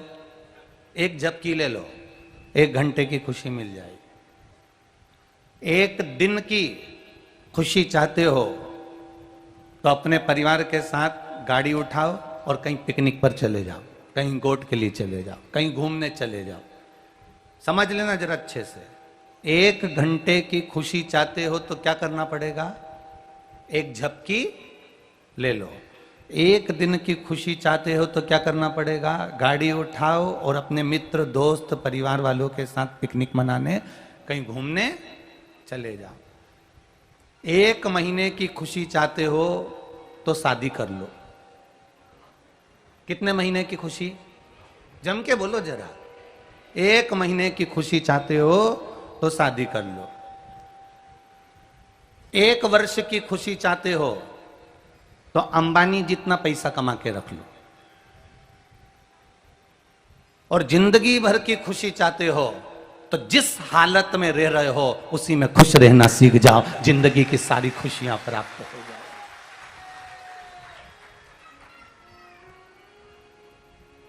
हम जिस हालत में रह रहे हैं उस हालत में हम खुश रहना चालू कर दें तो हमारी जिंदगी की सारी खुशियां हमारे पास हो जाएगी। फिर से ध्यान करना, 1 घंटे की खुशी चाहते हो तो क्या करना पड़ेगा? जम के बोलो, 1 घंटे की झपकी ले लो। 1 दिन की खुशी चाहते हो तो क्या करना पड़ेगा? कहीं घूमने निकल जाओ। 1 महीने की खुशी चाहते हो, केवल महीने भर की खुशी चाहते हो तो आज ही कर लो, तुम तो अब भी कर लो, कोई मना नहीं। 1 महीने की खुशी चाहते हो तो शादी कर लो। 1 वर्ष की खुशी चाहते हो तो कहीं पैसे वाले को, बिरला को, कहीं अंबानी को, धनपति को देखो और उनके जैसा पैसा कमा लो तो 1 वर्ष की खुशी मिल जाएगी। पर जिंदगी भर की खुशी चाहते हो तो जैसे रह रहे हो, जिस हालात में रह रहे हो उस हालात में खुश रहना चालू कर दो। किसी को देख कर ना ईर्ष्या करना, ना नफरत करना, ना जलना, ना बहुत दौड़ने की आदत बनाना। अपन खुश हैं, जितनी फैक्ट्री चल रही है बहुत अच्छी चल रही है, जितना व्यापार चल रहा है बहुत अच्छा चल रहा है। दूसरे को देखकर व्यापार खोल भी लोगे, दूसरे को देखकर काम चालू भी कर दोगे। थोड़े दिन अच्छा चलेगा फिर खड्डे में चले जाएगा। जो अपना व्यापार है एक तो उसको छोड़ा और दूसरे व्यापार में चलने की आदत डाली। अब दूसरे में चलने की आदत डाली तो इस पे ध्यान नहीं दे पाए, इस पे ध्यान नहीं दिया तो मालूम पड़ा उस पे भी नहीं जा पाए, इस पे भी नहीं जा पाए, और जो नौकर चोकर थे वो सारे के सारे निकल गए। इसलिए अपनी खुशी चाहते हो जिंदगी भर की तो जो अलमस्ती का जीवन चल रहा है बहुत बढ़िया चल रहा है, सब अपना काम बहुत बढ़िया चल रहा है, भगवान की कृपा है, सब दूर अपना काम है, सब अपना सम्मान करते हैं, मान करते हैं। किसी धनपति को देखकर अपने विचारों को वो मत बनाओ कि उसके पास इतना है तो मुझे ऐसा करना है, उसने 4 बंगले बना लिए मुझे बंगला बनाना है, उसने गाड़ी खरीद ली मुझे गाड़ी खरीदना। ना ना ना ना, जैसी अपनी जिंदगी है उसको खुश होकर जियो, फुल एंजॉयमेंट के साथ। हम दूसरे को खुश देखकर अपने आप में विचार करते हैं कि मेरे पास भी ये होना था।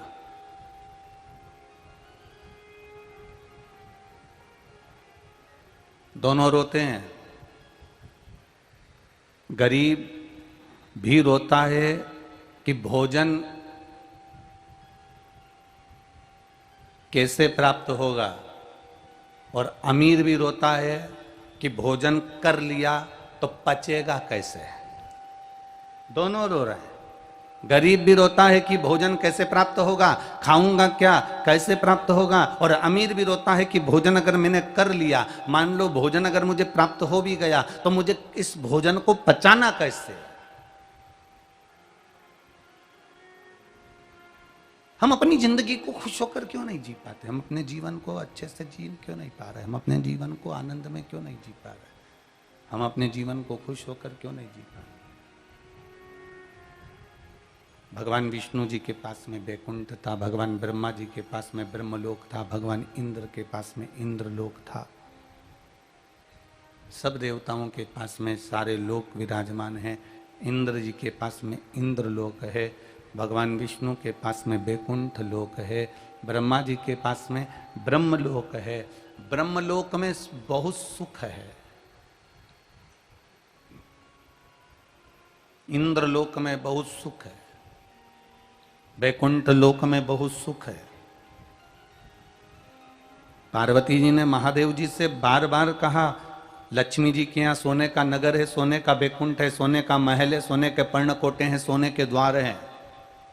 ब्रह्मा जी के यहाँ पर भी बहुत कुछ बना हुआ है, इंद्र के यहाँ पर राशि ठाठ बना हुआ है, गरुण जी के यहाँ, वरुण जी के यहाँ, कुबेर जी के यहाँ कितना सोना चांदी, कितना अंबारियां, कितना पीताम्बर, कितना अंबर, सब कुछ सुख है। पार्वती जी कहती हैं केवल एक 33 कोटि देवी देवता में केवल एक अपन अकेले हैं भोलेनाथ, जो शमशान में रहते हैं, कैलाश पर रहते हैं। ना तो अपने पास में फ्रिज है, ना अपने पास में कूलर है, ना अपने पास में वॉशिंग मशीन है, ना अपने पास में घर है, ना अपने पास में रसोई घर है, ना अपने पास में कोई स्थान ऐसा है कि जहां अपन सोना चांदी रख दो, कोई स्थान ही नहीं। कैलाश और शमशान ये खुला मैदान है,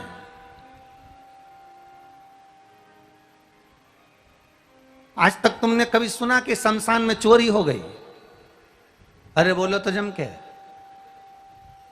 क्या चोर के ले जाएगा? कफन कि बांबू बांस कि मुर्दे की हड्डियां? क्या चोर कर ले जाएगा? कभी तुमने सुना कि कैलाश पर चोरी हो गई?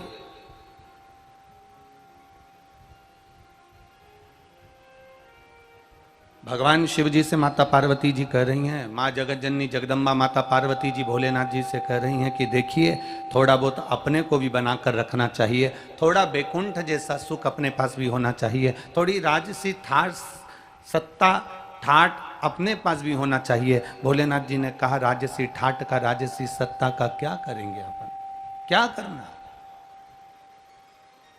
हमें राजसी ठाट नहीं चाहिए, हमें राजसी सत्ता नहीं चाहिए।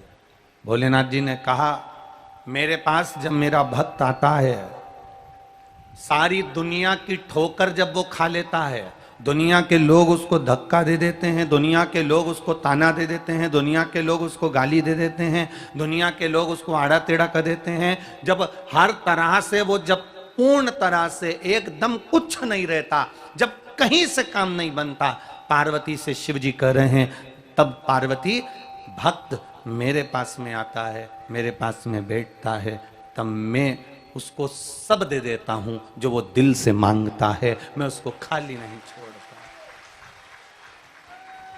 सब दे देता हूं, मैं उसको खाली नहीं छोड़ता। पार्वती सारा सुख, सारा वैभव, सारी सत्ता, सब कुछ मैं उसको प्रदान कर देता हूं, सब कुछ दे देता हूं।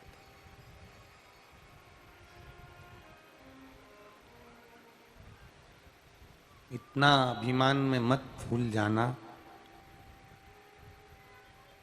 कि मेरे बराबर कोई नहीं कर सकता, मैं जो कर सकता हूं वो दुनिया का कोई नहीं कर सकता, जैसा मैं कर सकता हूं वैसा कोई नहीं कर सकता। ये एक अभिमान के शब्द हैं, एक अहम के शब्द हैं, एक अहंकार के शब्द हैं। पार्वती जब संसार का मानव मेरे पास आता है, शिव जी के पास मनुष्य कब पहुंचता है? जब सबको आजमा कर देख लेता है, जब सबको आजमा कर देख लिया, तब वो देवाधिदेव महादेव के पास गए।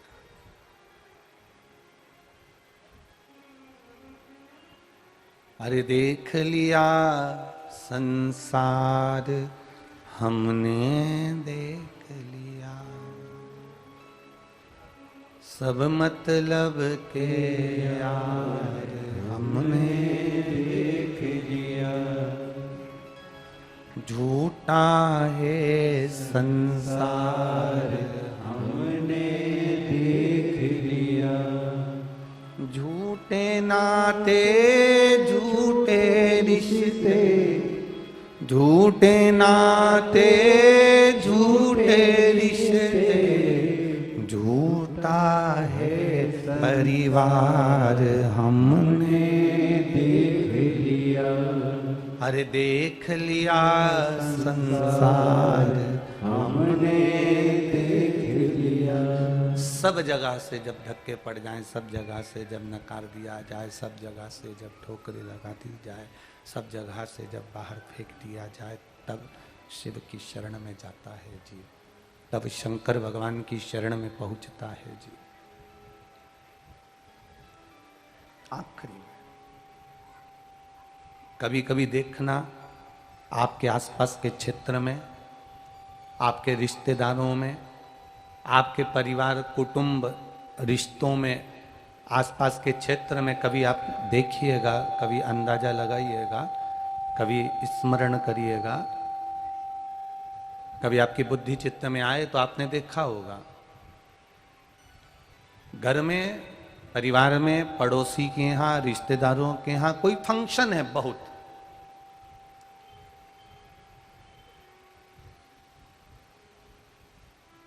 कोई विशेष फंक्शन हो रहा रिश्तेदारों के यहाँ, कभी तुमने अंदाजा लगाना, अपने परिचितों के यहाँ, अपने रिश्तेदारों के यहाँ, अपने पहचान वालों के यहाँ, अपने आसपास में कहीं फंक्शन की तैयारी हो रही है, कहीं मालूम पड़े अचार डल रहा है, कहीं बड़ी बन रही है, कहीं पापड़ बन रहे हैं, कहीं शादी की तैयारी हो रही है, कहीं शादी की सालगिरह की तैयारी हो रही है, कहीं फंक्शन की तैयारी हो रही है, कहीं किसी चीज़ की तैयारी हो रही है, और तैयारी कर रहे हैं। और तैयारी करते करते करते करते करते करते थोड़े दिन निकले और मालूम पड़े कोई ऐसी घात, कोई ऐसी घटना, कोई ऐसा क्रम परिवार में, कुटुंब में, रिश्तों में, नातों में, कहीं आसपास में देखा हो कि उसके यहाँ एक तरफ तो दिवाली बनने वाली है, एक तरफ तो दशहरा बनने वाला है, एक तरफ तो आतिशबाजी होने वाली है, एक तरफ तो खुशियां आने वाली है, और दूसरी तरफ मालूम पड़े कि जीव के प्राण चले जाए। कभी कभी ऐसी घटना कहीं ना कहीं देखने को मिल जाए। अब एक तरफ सुख का पलड़ा और एक तरफ दुख की घड़ी आ गई। दुख का पलड़ा।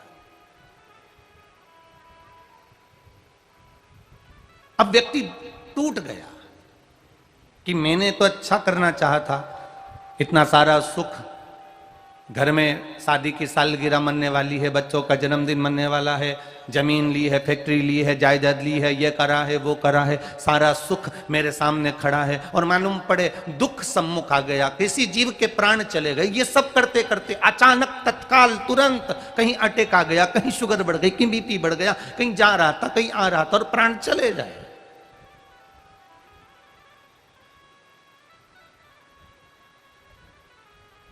अब मन में दुख होता है कि वो जीव अच्छा था, चले गया।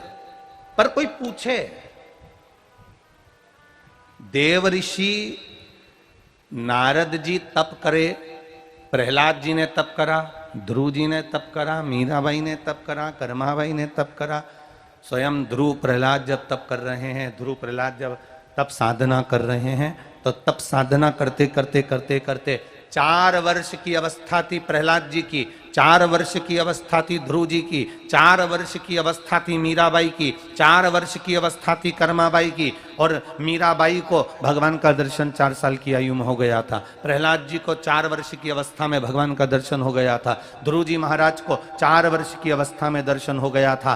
कर्माबाई को 4 वर्ष की अवस्था में दर्शन हो गया था। नारद जी को टेंशन ये हो गया कि मेरी पूरी जिंदगी निकल गई, मुझे भगवान का दर्शन नहीं हुआ, और ये 4 साल की आयु में प्रहलाद को दर्शन हो गया, 4 साल की आयु में ध्रुव जी को दर्शन हो गया, इनको 4 साल की आयु में कैसे हो गया? पत्नी को लगता है पति के प्राण इतनी जल्दी कैसे चले गए? अच्छे थे, सब काम अच्छा हो रहा था, हमारे यहाँ तो शादी की सालगिरह थी, जन्मदिन था, फैक्ट्री थी, दुकान थी, जमीन थी, जायदाद थी, एकदम कैसे चले गए? पति को लगता है पत्नी के प्राण एकदम कैसे चले गए? उसका कारण शिव महापुराण बता रही है, उसका तत्व शिव महापुराण बता रही है कि प्रहलाद को 4 वर्ष की अवस्था में भगवान मिल गए, ध्रुव जी को 4 वर्ष की अवस्था में भगवान मिल गए, मीराबाई को 4 वर्ष की अवस्था में भगवान मिल गए, कर्माबाई को 4 वर्ष की अवस्था में भगवान मिल गए, और नारद जी तप करते करते ना जाने कितनी जिंदगी नारद जी ने निकाल दी, पर भगवान का दर्शन नहीं हुआ। तब नारद जी को चिढ़ चूठी, नारद जी को क्रोध आया, और नारद जी ने जाकर तब अपने गुरुओं से पूछा कि मैंने भजन करा, तप करा, और प्रहलाद ने तप करा, तुम 4 साल के बच्चे को दर्शन दे दिए और मुझे दर्शन देने क्यों नहीं आए? तब भगवान भी कह दिए, नारद ये 4 साल का प्रहलाद का तप नहीं था, प्रहलाद जिंदगी भर से जो भगवान का भजन करते आ रहा था, उसके भजन की उम्र अब पूरी हो गई थी, इसलिए उसको 4 वर्ष की आयु में दर्शन दे दिया। तेरे भजन की उम्र पूरी नहीं हुई, इसलिए तुझे आज तक दर्शन नहीं मिल पाया। जब मनुष्य की उम्र पूरी हो जाती है, तुम्हारे घर में क्या हो रहा है उससे मतलब नहीं होता, तुम्हारी गाड़ी कितनी है, बंगला कितना है, जमीन कितनी है, जायदाद कितनी है, सत्ता कितनी है, वैभव कितना है, उससे कोई मतलब नहीं होता। जब मनुष्य की उम्र पूरी हो जाती है तब उसको जाना पड़ता ही है, चाहे दुनिया का सारा ठाट, सारा वैभव, तुम्हारी शादी की सालगिरह, तुम्हारे बच्चों का जन्मदिन, चाहे तुम्हारी फैक्ट्री, चाहे तुम्हारी जमीन, चाहे तुम्हारी जायदाद का कोई भी फंक्शन हो रहा हो, उसको तब जाना है जब उसकी उम्र पूरी हो जाए। इसीलिए शिव महापुराण कहती है, सब मतलब के यार हमने देख लिया, अरे देख लिया संसार हमने देख लिया, झूठा है संसार हमने नाते झूठे रिश्ते, झूठे नाते झूठे रिश्ते, झूठा है परिवार हमने देख लिया, सब मतलब के यार हमने देख लिया। सारा संसार मतलब का है, सारा कुटुंब परिवार नाते रिश्ते ये सब मतलब के है। किसको अजमाओगे?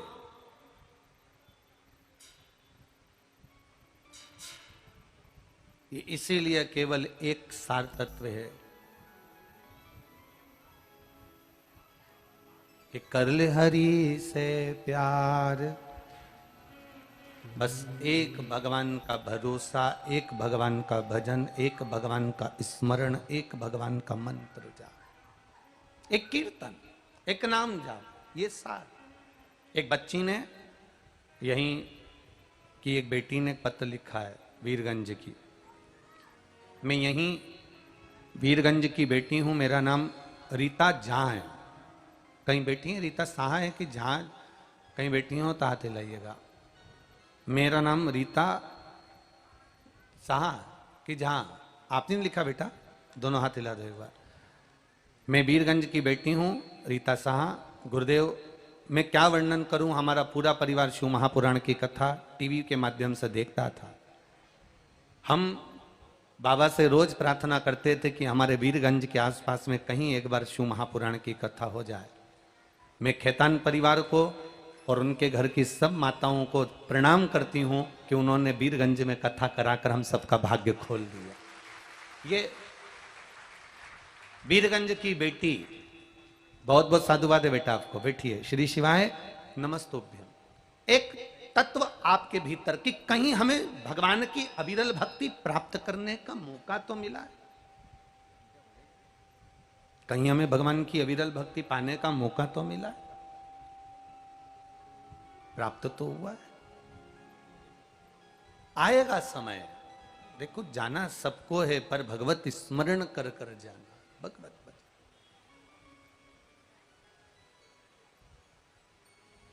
भगवत मंत्र जाप करते हुए, भगवत नाम जाप करते हुए, भगवत कीर्तन करते हुए, भगवान की अविरल भक्ति को धारण करते हुए, भगवान के एक अनुपम श्रृंगार का दर्शन करते हुए, भगवान के अनुपम मंत्र का स्मरण करते हुए चले जाओ।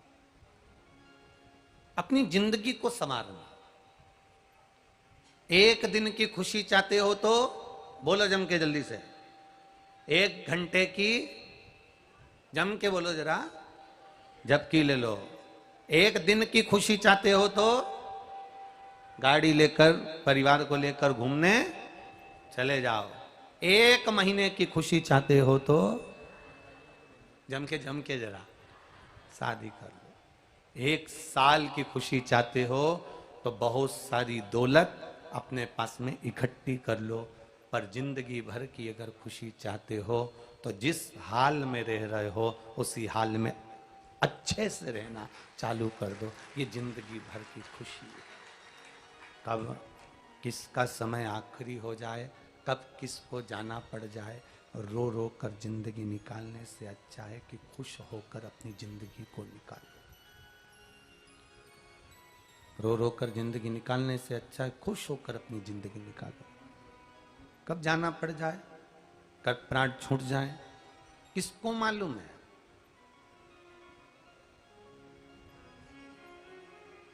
वो एक लाइन हमारे इधर भारत में फिल्म के एक लाइन है कि सारी की सारी तैयारी रह जाएगी।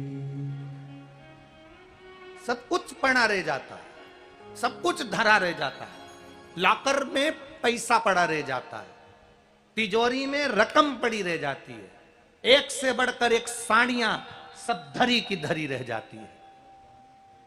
फैक्ट्री, दुकान, मकान, गाड़ी, बंगला, सारा सुख पड़ा की पड़ा रह जाता है। जब अंतिम पल आता है किसी को नहीं मालूम पड़ता, वो आएगा और व्यक्ति को जाना पड़ जाएगा। इसलिए रोज ऐसे जीना कि कल जैसा आज नहीं और आज जैसा कल नहीं। प्रतिदिन रोज ऐसे एंजॉय के साथ जीना कि कल आएगा कि नहीं आएगा पता नहीं। खुश होकर अपनी जिंदगी को रोज जियो, प्रतिदिन जियो। पूरी जिंदगी टेंशन कर कर कर कर कर कर कर कर कर चली जाए और अंत हमारा यूं ही चला जाए तो कोई मतलब नहीं हमारा। जिंदगी एक ही है पर जीने का तरीका अलग अलग है। चूहा भी कपड़ा काटता है और दर्जी भी कपड़ा काटता है, पर चूहा कपड़े को बिगाड़ देता है और दर्जी कपड़े को संवार देता है। ज्ञान देने वाला, समझाने वाले, परिवार वाले अच्छे, तुम्हें चतुर कोई ज्ञान देने वाला मिलेगा। रावण को भी मिला। रावण को जो ज्ञान देने वाले मिले थे उन्होंने रावण की जिंदगी बिगाड़ दी, और राम जी को जो ज्ञान देने वाले मिले थे उन्होंने राम जी की जिंदगी को संवार दिया। अच्छी जगह बैठकर ज्ञान प्राप्त करोगे तो अच्छे पथ की ओर बढ़ते चले जाओ।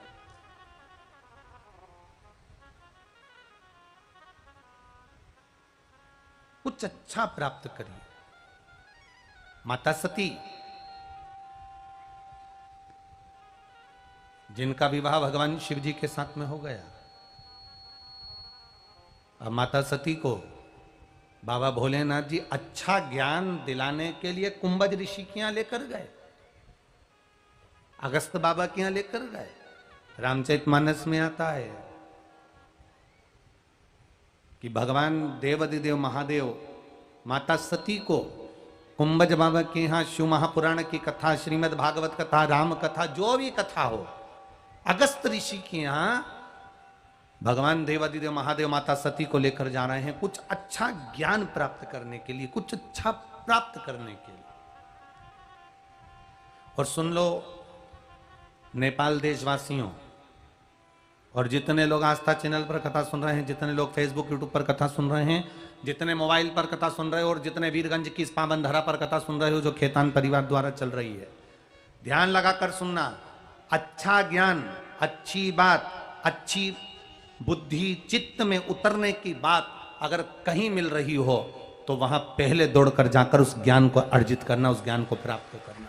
कहीं मिल रहा हो तो चले।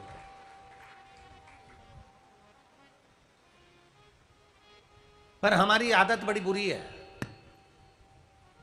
इन आंखों की भी आदत बड़ी बुरी है। कुछ अच्छा टंगा होता है ना तो मैं यह आंख कभी नहीं जाएगी, और जहां गंदा टंगा होगा ना मैं यह आंख तुरंत चली। ये आंखों की भी आदत देखा, ये मन की आदत भी बहुत बुरी है। किसी ने तुम्हारे लिए बहुत कुछ करा ना, खूब अच्छा करा, तुम्हें खाना भी अच्छा खिलाया, रुकाया भी अच्छा, सब कुछ काम अच्छा करा, सब कुछ अच्छा करा, और किसी ने जरा सा कुछ तुमको बस बोल दिया, उतने में तुम्हारा जो अच्छा करा हुआ है ना सब गायब हो जाएगा। बस वो बुरा करा हुआ, इसने मेरे साथ ऐसा किया था, बस ऐसा बोला, वो इतना सा रह जाए।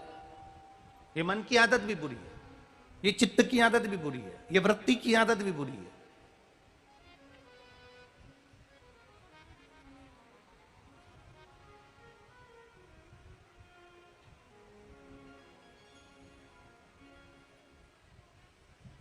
अच्छा ढूंढने का प्रयास करिए, और जिस समय आपने अच्छा ढूंढने का प्रयास कर लिया, जिस समय आपकी चित्तवृत्ति में अच्छा समा गया, जिस समय आपकी बुद्धि में अच्छा समा गया, आपको अच्छा प्राप्त होना प्रारंभ हो जाए। पर अच्छा देखोगे तभी तो ना। एक हाथी और 6 अंधे, आंखों के 6 लोग अंधे थे। गांव में हाथी आ गया, 6 ही अंधों ने विचार करा आज तक अपन ने हाथी नहीं देखा, क्योंकि अपन आंखों से जम के बोलो अंधे, हाथी नहीं देखा अपन ने आज तक। अब क्या करा जाए? तो 6 ही ने विचार करा कि भले अपन ने आंख के अंधे हैं, अपन ने हाथी नहीं देखा तो क्या हुआ, आज तक अपन ने हाथी नहीं देखा, पर हाथी को छू तो सकते हैं ना, हाथी का स्पर्श तो कर सकते हैं ना। एक कथा आपको अकोला की कथा में कही थी कि एक अंधा व्यक्ति भगवान के मंदिर में चला गया, तो जितने लोग मंदिर के अंदर बैठे थे वो सब हंसने लगे। बताओ, पूछा उस अंधे व्यक्ति से काहे के लिए आए हो? कि भगवान का दर्शन करने आया हो। तो तुम्हारी तो आंख ही नहीं है, भगवान को कैसे देखोगे? अंधे व्यक्ति ने कहा मेरी आंख नहीं है, मैं भगवान को नहीं देख पाऊंगा, पर भगवान तो मुझे देख लेगा ना, बस उतना ही काफी है। अगर भगवान मुझे देख लेगा ना तो उतना काफी है, बस बहुत। शादी में जाते काय को? खाना खाने जाते हो, शादी में रिसेप्शन में भोजन करने जाते हो? ना ना ना ना। अच्छा व्यक्ति शादी में खाना खाने नहीं, अच्छा व्यक्ति शादी में केवल एक 500 का लिफाफा देने के लिए जाता है, क्योंकि भाई देखो संबंध है, रिश्तेदारी है, नातेदारी है, तो वहां जाना पड़ेगा, लिफाफा देना पड़ेगा। और उसको जितना कहीं जाने की जरूरत नहीं, उतना उसको जरूरी है स्टेज पे जाना। क्यों? क्योंकि स्टेज पे कैमरा लगा होता है, तो उसको दिखना चाहिए कि मैंने आया था और मैंने आगे बोल दो 500 का लिफाफा दिया था, उसको दिखना चाहिए। बस कैमरे के सामने जैसे दिख जाए कि तुम आए थे और तुमने लिफाफा दिया था, उसी तरह भगवान के मंदिर में जाना तो ये अंदाजा लगा कर जाना कि मैं जो कुछ कहूंगा भगवान से कहूंगा। भगवान को ये मत समझना कि ये पत्थर की मूर्ति है, पाषाण की मूर्ति है, ये सुनेगा कि नहीं सुनेगा। तुम्हारा काम है कहना, उसका काम है सुनना। तुम्हारा काम है झोली फैलाना, उसका काम है झोली भर कर जाना। ये उसके हाथ में। तुम बस उससे जाकर प्रार्थना कर लो, उससे जाकर निवेदन कर लो, उससे जाकर विनती कर लो, फिर आगे वो संभाल ले। आप उससे जाकर निवेदन करो, आप उससे जाकर प्रार्थना करो, वो संभाल ले।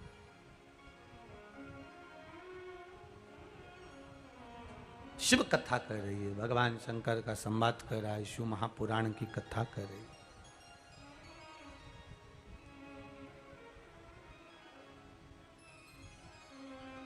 शिव तत्व कह रहा है महाराज, भगवान शंकर का पावन चरित्र कह रहा है। सती मैया को लेकर गए अच्छे ज्ञान को प्राप्त करने के लिए, कि कुछ अच्छा ज्ञान प्राप्त हो जाएगा। सती मैया बैठ गई कुंभज बाबा की यहां कथा सुनने के लिए, पहुंच गई। एकदम नई नवेली बहू आए, शादी के 15 दिन हुए, एकदम नई नवेली बहू। शादी के 1 महीना, 2 महीना, 4 महीना, 3 महीना हुआ, 6 महीना हुआ, 15 दिन हुए, 20 दिन हुए, और उस नई नवेली बहू को पति कहीं घुमाने नहीं ले जाए और शिव महापुराण में ले जाके बिठा दे, तो नई नवेली बहू को अच्छा लगेगा क्या?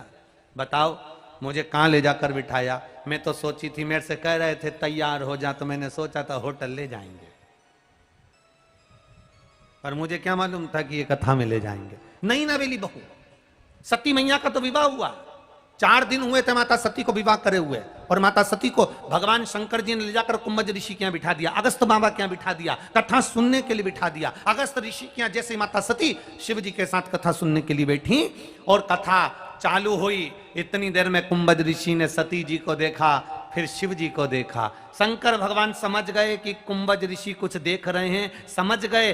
कुंभज ऋषि से पूछ लिया, बताओ आप क्या देख रहे थे सती को, क्यों देख रहे थे सती को? मुझे सती को देखने के बाद आपने मुझे क्यों देखा? कुंभज ऋषि ने, अगस्त ऋषि ने कहा, शिव महापुराण की कथा वो कथा होती है जिस कथा में जो बैठकर मांगता है, सोचता है, भगवान उसको 3 महीने के अंदर प्रदान कर देता है। तो ऐसा सती ने क्या मांग लिया? सती ने ऐसा क्या मांग लिया जो तुम बार बार सती को देख रहे थे? भगवान शिव जी ने कहा, क्या मांगा सती ने? कुंभज ऋषि ने कहा, सती बैठे बैठे मन में सोच रही थी, मेरा पति भी मुझे लाया तो कहाँ लाया? कथा सुनने के लिए लाया। शादी के बाद लोग घूमने जाते हैं, भ्रमण करने जाते हैं, मुझे कथा में लेकर आए हो, इससे तो मेरा ये शरीर जलकर भस्म हो जाता तो अच्छा होता। तब कुंभज ऋषि ने भगवान शंकर जी से कहा, इसने कथा में बैठकर सोचा कि इससे तो मेरा शरीर जलकर भस्म हो जाता तो अच्छा। कुंभज ऋषि कहते हैं, अब इसका शरीर जलकर भस्म होगा, ये निश्चित है। आपसे भी निवेदन है, जितने लोग कथा सुनने जाए शिव महापुराण की, जितने लोग भगवान की कथा में जाते हो, सत्संग में जाते हो, प्रवचन में जाते हो, भगवान की भक्ति में जाते हो, तुम्हारे मन में जो तुम सोचोगे बाबा वो देने वाला है। आप अच्छा सोचो, भगवान ऐसी कृपा करना। आज खेतान परिवार कथा करा रहा है, मेरी झोली में भी इतना धन देना, एक बार मैं भी कथा कराऊं तो वो देगा उतना ही जो तुमने मांगा है। दिल से मांगो, दिल से कहो, बाबा मेरी झोली खाली है, गोदी में एक संतान सुख देना, वो देगा। बाबा ऐसी तकलीफ है, दिल से कहोगे वो सुनेगा, दिल से।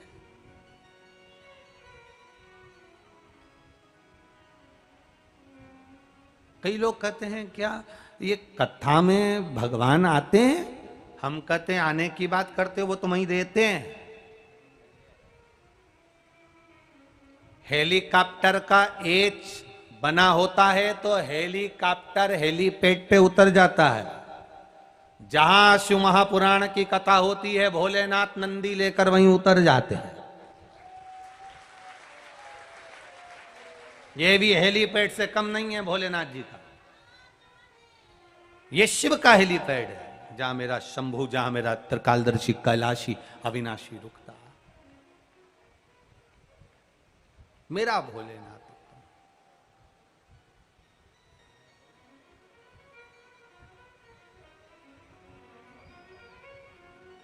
तन पे छावे मृग छाला,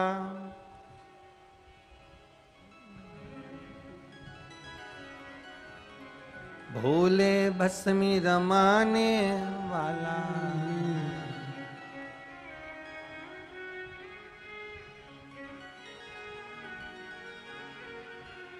डिम डिम डमरू बजावे लो हमार, ओ हमार जोगिड़ा। डिम डिम डमरू बजावे लो हमार जोगिया, ओ हमार जोगिया। डिम डिम डमरू बजावेला हमार जोगिड़ा, ओ हमार जोगिया। डिम डिम डमरू बजावेला हमार जोगिया, ओ हमार जोगिया। हमार जोगिड़ा हो हमार जोगिड़ा हो हमार जोगिया, ओ हमार जोगिया। हमार जोगिड़ा हो हमार जोगिड़ा हो हमार जोगिया, ओ हमार जोगिया। डिम डिम डमरू बजावेला हमार जोगिड़ा हो हमार जोगिड़ा। डिम डिम डमरू बजावेला हमार जोगिया, ओ हमार जोगिया। डिम डिम डमरू बजावेला हमार जोगिड़ा हो हमार जोगिड़ा। डिम डिम डमरू बजावेला हमार जोगिया, ओ हमार जोगिया। आओ से बड़े प्रेम से।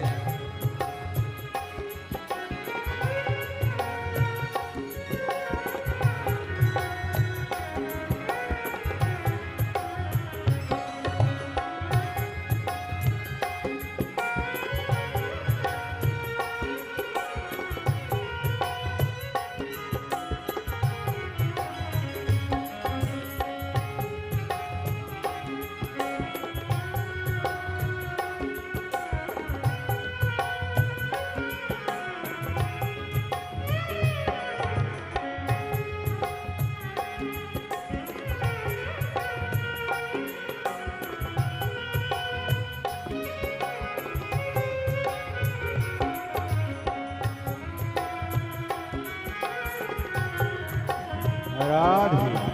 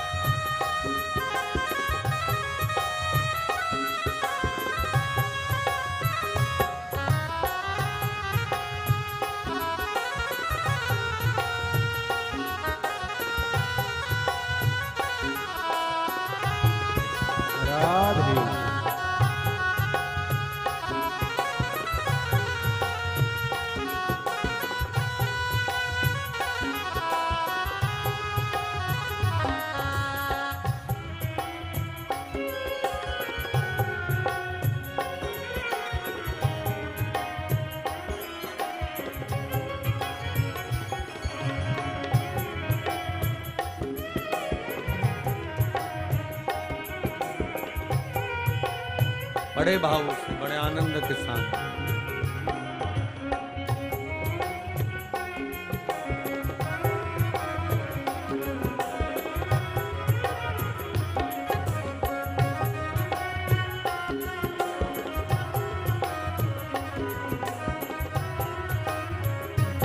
बस बैलो की सवारी चंदा सोए लाली लाली। बस बैलो की सवारी चंदा सोहे लाली लाली। बस बैलो की सवारी चंदा सोहे लाली लाली। बस बैलो की सवारी चंदा सोहे लाली लाली।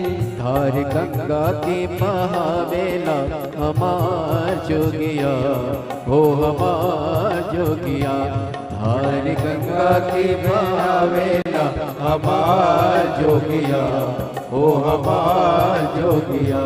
डिम डिम डमरू बजावेला हमार जोगिया, हो हमार जोगिया। डिम डिम डमरू बजावेला हमार जोगिया, हो हमार जोगिया। हमार जोगिया ओ हमार जोगिया ओ हमार जोगिया, हो हमार जोगिया। हमार जोगिया हमार जोगिया हो हमार जोगिया, हो हमार जोगिया। टिम टिम डमरू बजावेला हमार जोगिया, हो हमार राधे।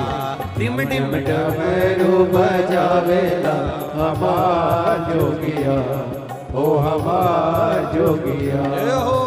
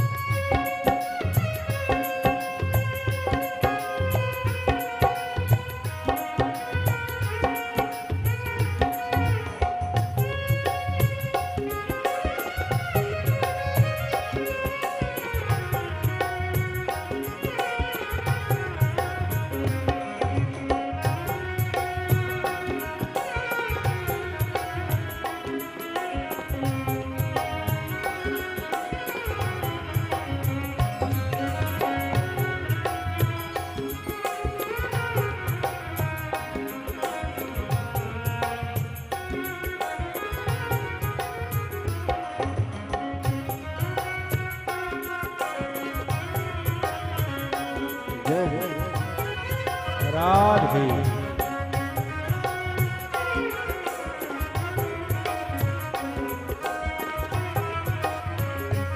भोले खाते निस दिन भंग रहते पार्वती के संग। भोले खाते निस दिन भंग रहते पार्वती के संग। भोले खाते निस दिन भंग रहते पार्वती के संग। भोले खाते निस दिन भंग रहते पार्वती के संग।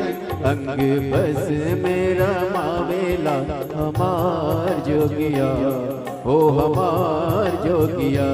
अंग बस मेरा मावेला हमार जोगिया, हो हमार जोगिया। डिम डमरू बजावेला हमार जोगिया, हो हमार जोगिया। डिम डिम डमरू बजावेला हमार जोगिया, हो हमार जोगिया। हमार जोगिया हो हमार जोगिया। हमार जोगिया, हो हमार जोगिया। हमार जोगिया हो हमार जोगिया हो हमार जोगिया हो हमार जोगिया। डिम डिम डमरू बजावेला हमार जोगिया हो हमार जोगिया। डिम डिम डमरू बजावेला हमार जोगिया हो हमार जोगिया।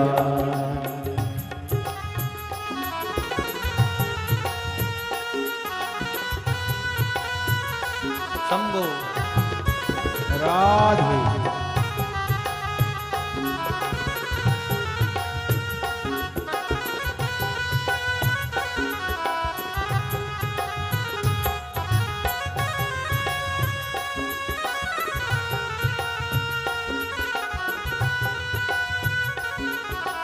बड़े भाव से बड़े आनंद के साथ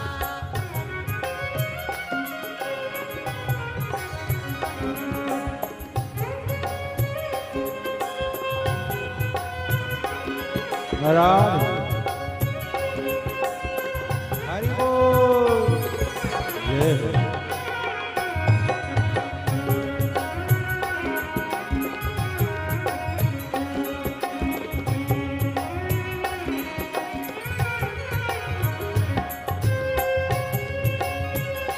राधे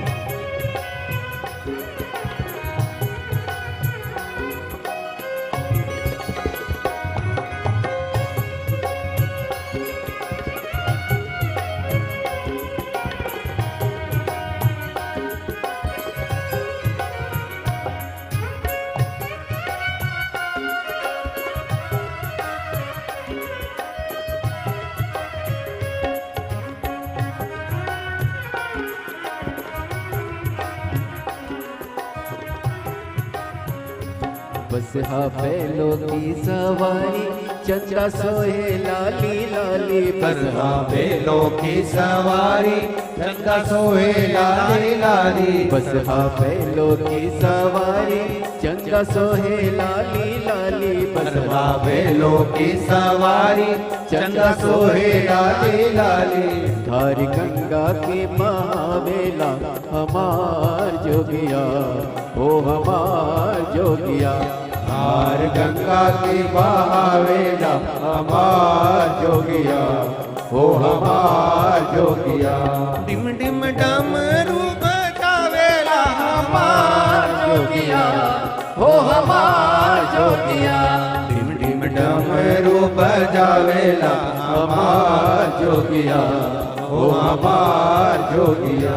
डिम डिम डमरू बजावेला हमार जोगिया हो हमार जोगिया।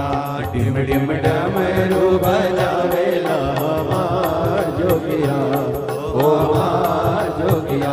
डिम डिम डमरू बजावेला हमार जोगिया हो हमार जोगिया। राधे डिम डमरू बजावेला हमार जोगिया हो हमार जोगिया।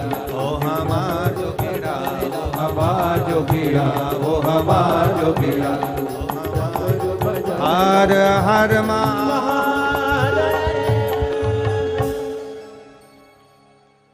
अपने स्थान पर बैठकर भगवान शिव जी से हृदय से प्रार्थना भाव से मन से दिल से करिए। बाबा देवदीदेव महादेव से अपने हृदय की बात भाव के साथ कहिए। श्री शिवाय नमस्तुभ्यं। श्री शिवाय नमस्तुभ्यं।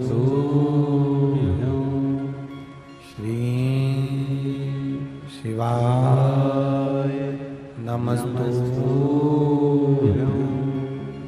श्री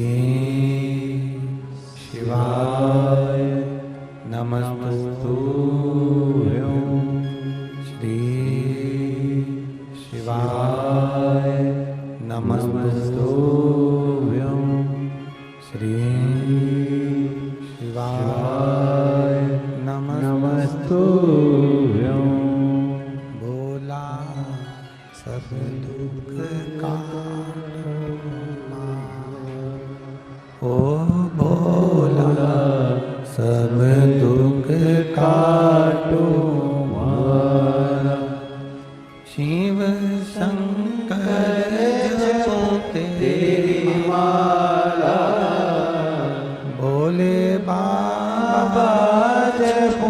तेरी माला भोला सब दुख काटो मारा ओ भोला सब दुख काटो मारा वेश है मंगल मंगलकारी वेश है मंगल मंगलकारी शमशान वासी हमारा शमशान वासी हमारा ओ भोला सब दुख काटो मारा ओ भोला सब दुख काटो मारा। शिव कथा कह रही है, माता सती का चरित्र कह रहा है।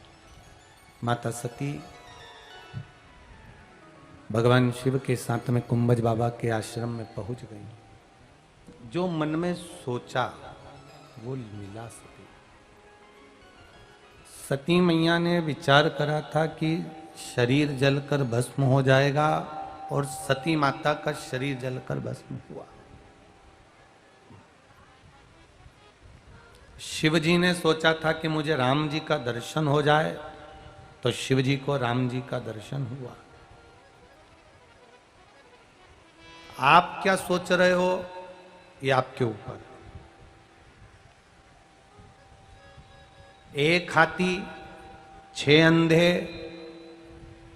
नेत्रों से दिखता नहीं है, पर मन में लालसा है कि हाथी आज तक नहीं देखा, देख नहीं पाएंगे तो छू तो लेंगे। सबकी अपनी अपनी सोच है। किसी ने हाथी का पांव छुआ, किसी ने सूंड छुई, किसी ने कान छुआ, किसी ने उसका सिर छुआ, किसी ने उसका पेट छुआ।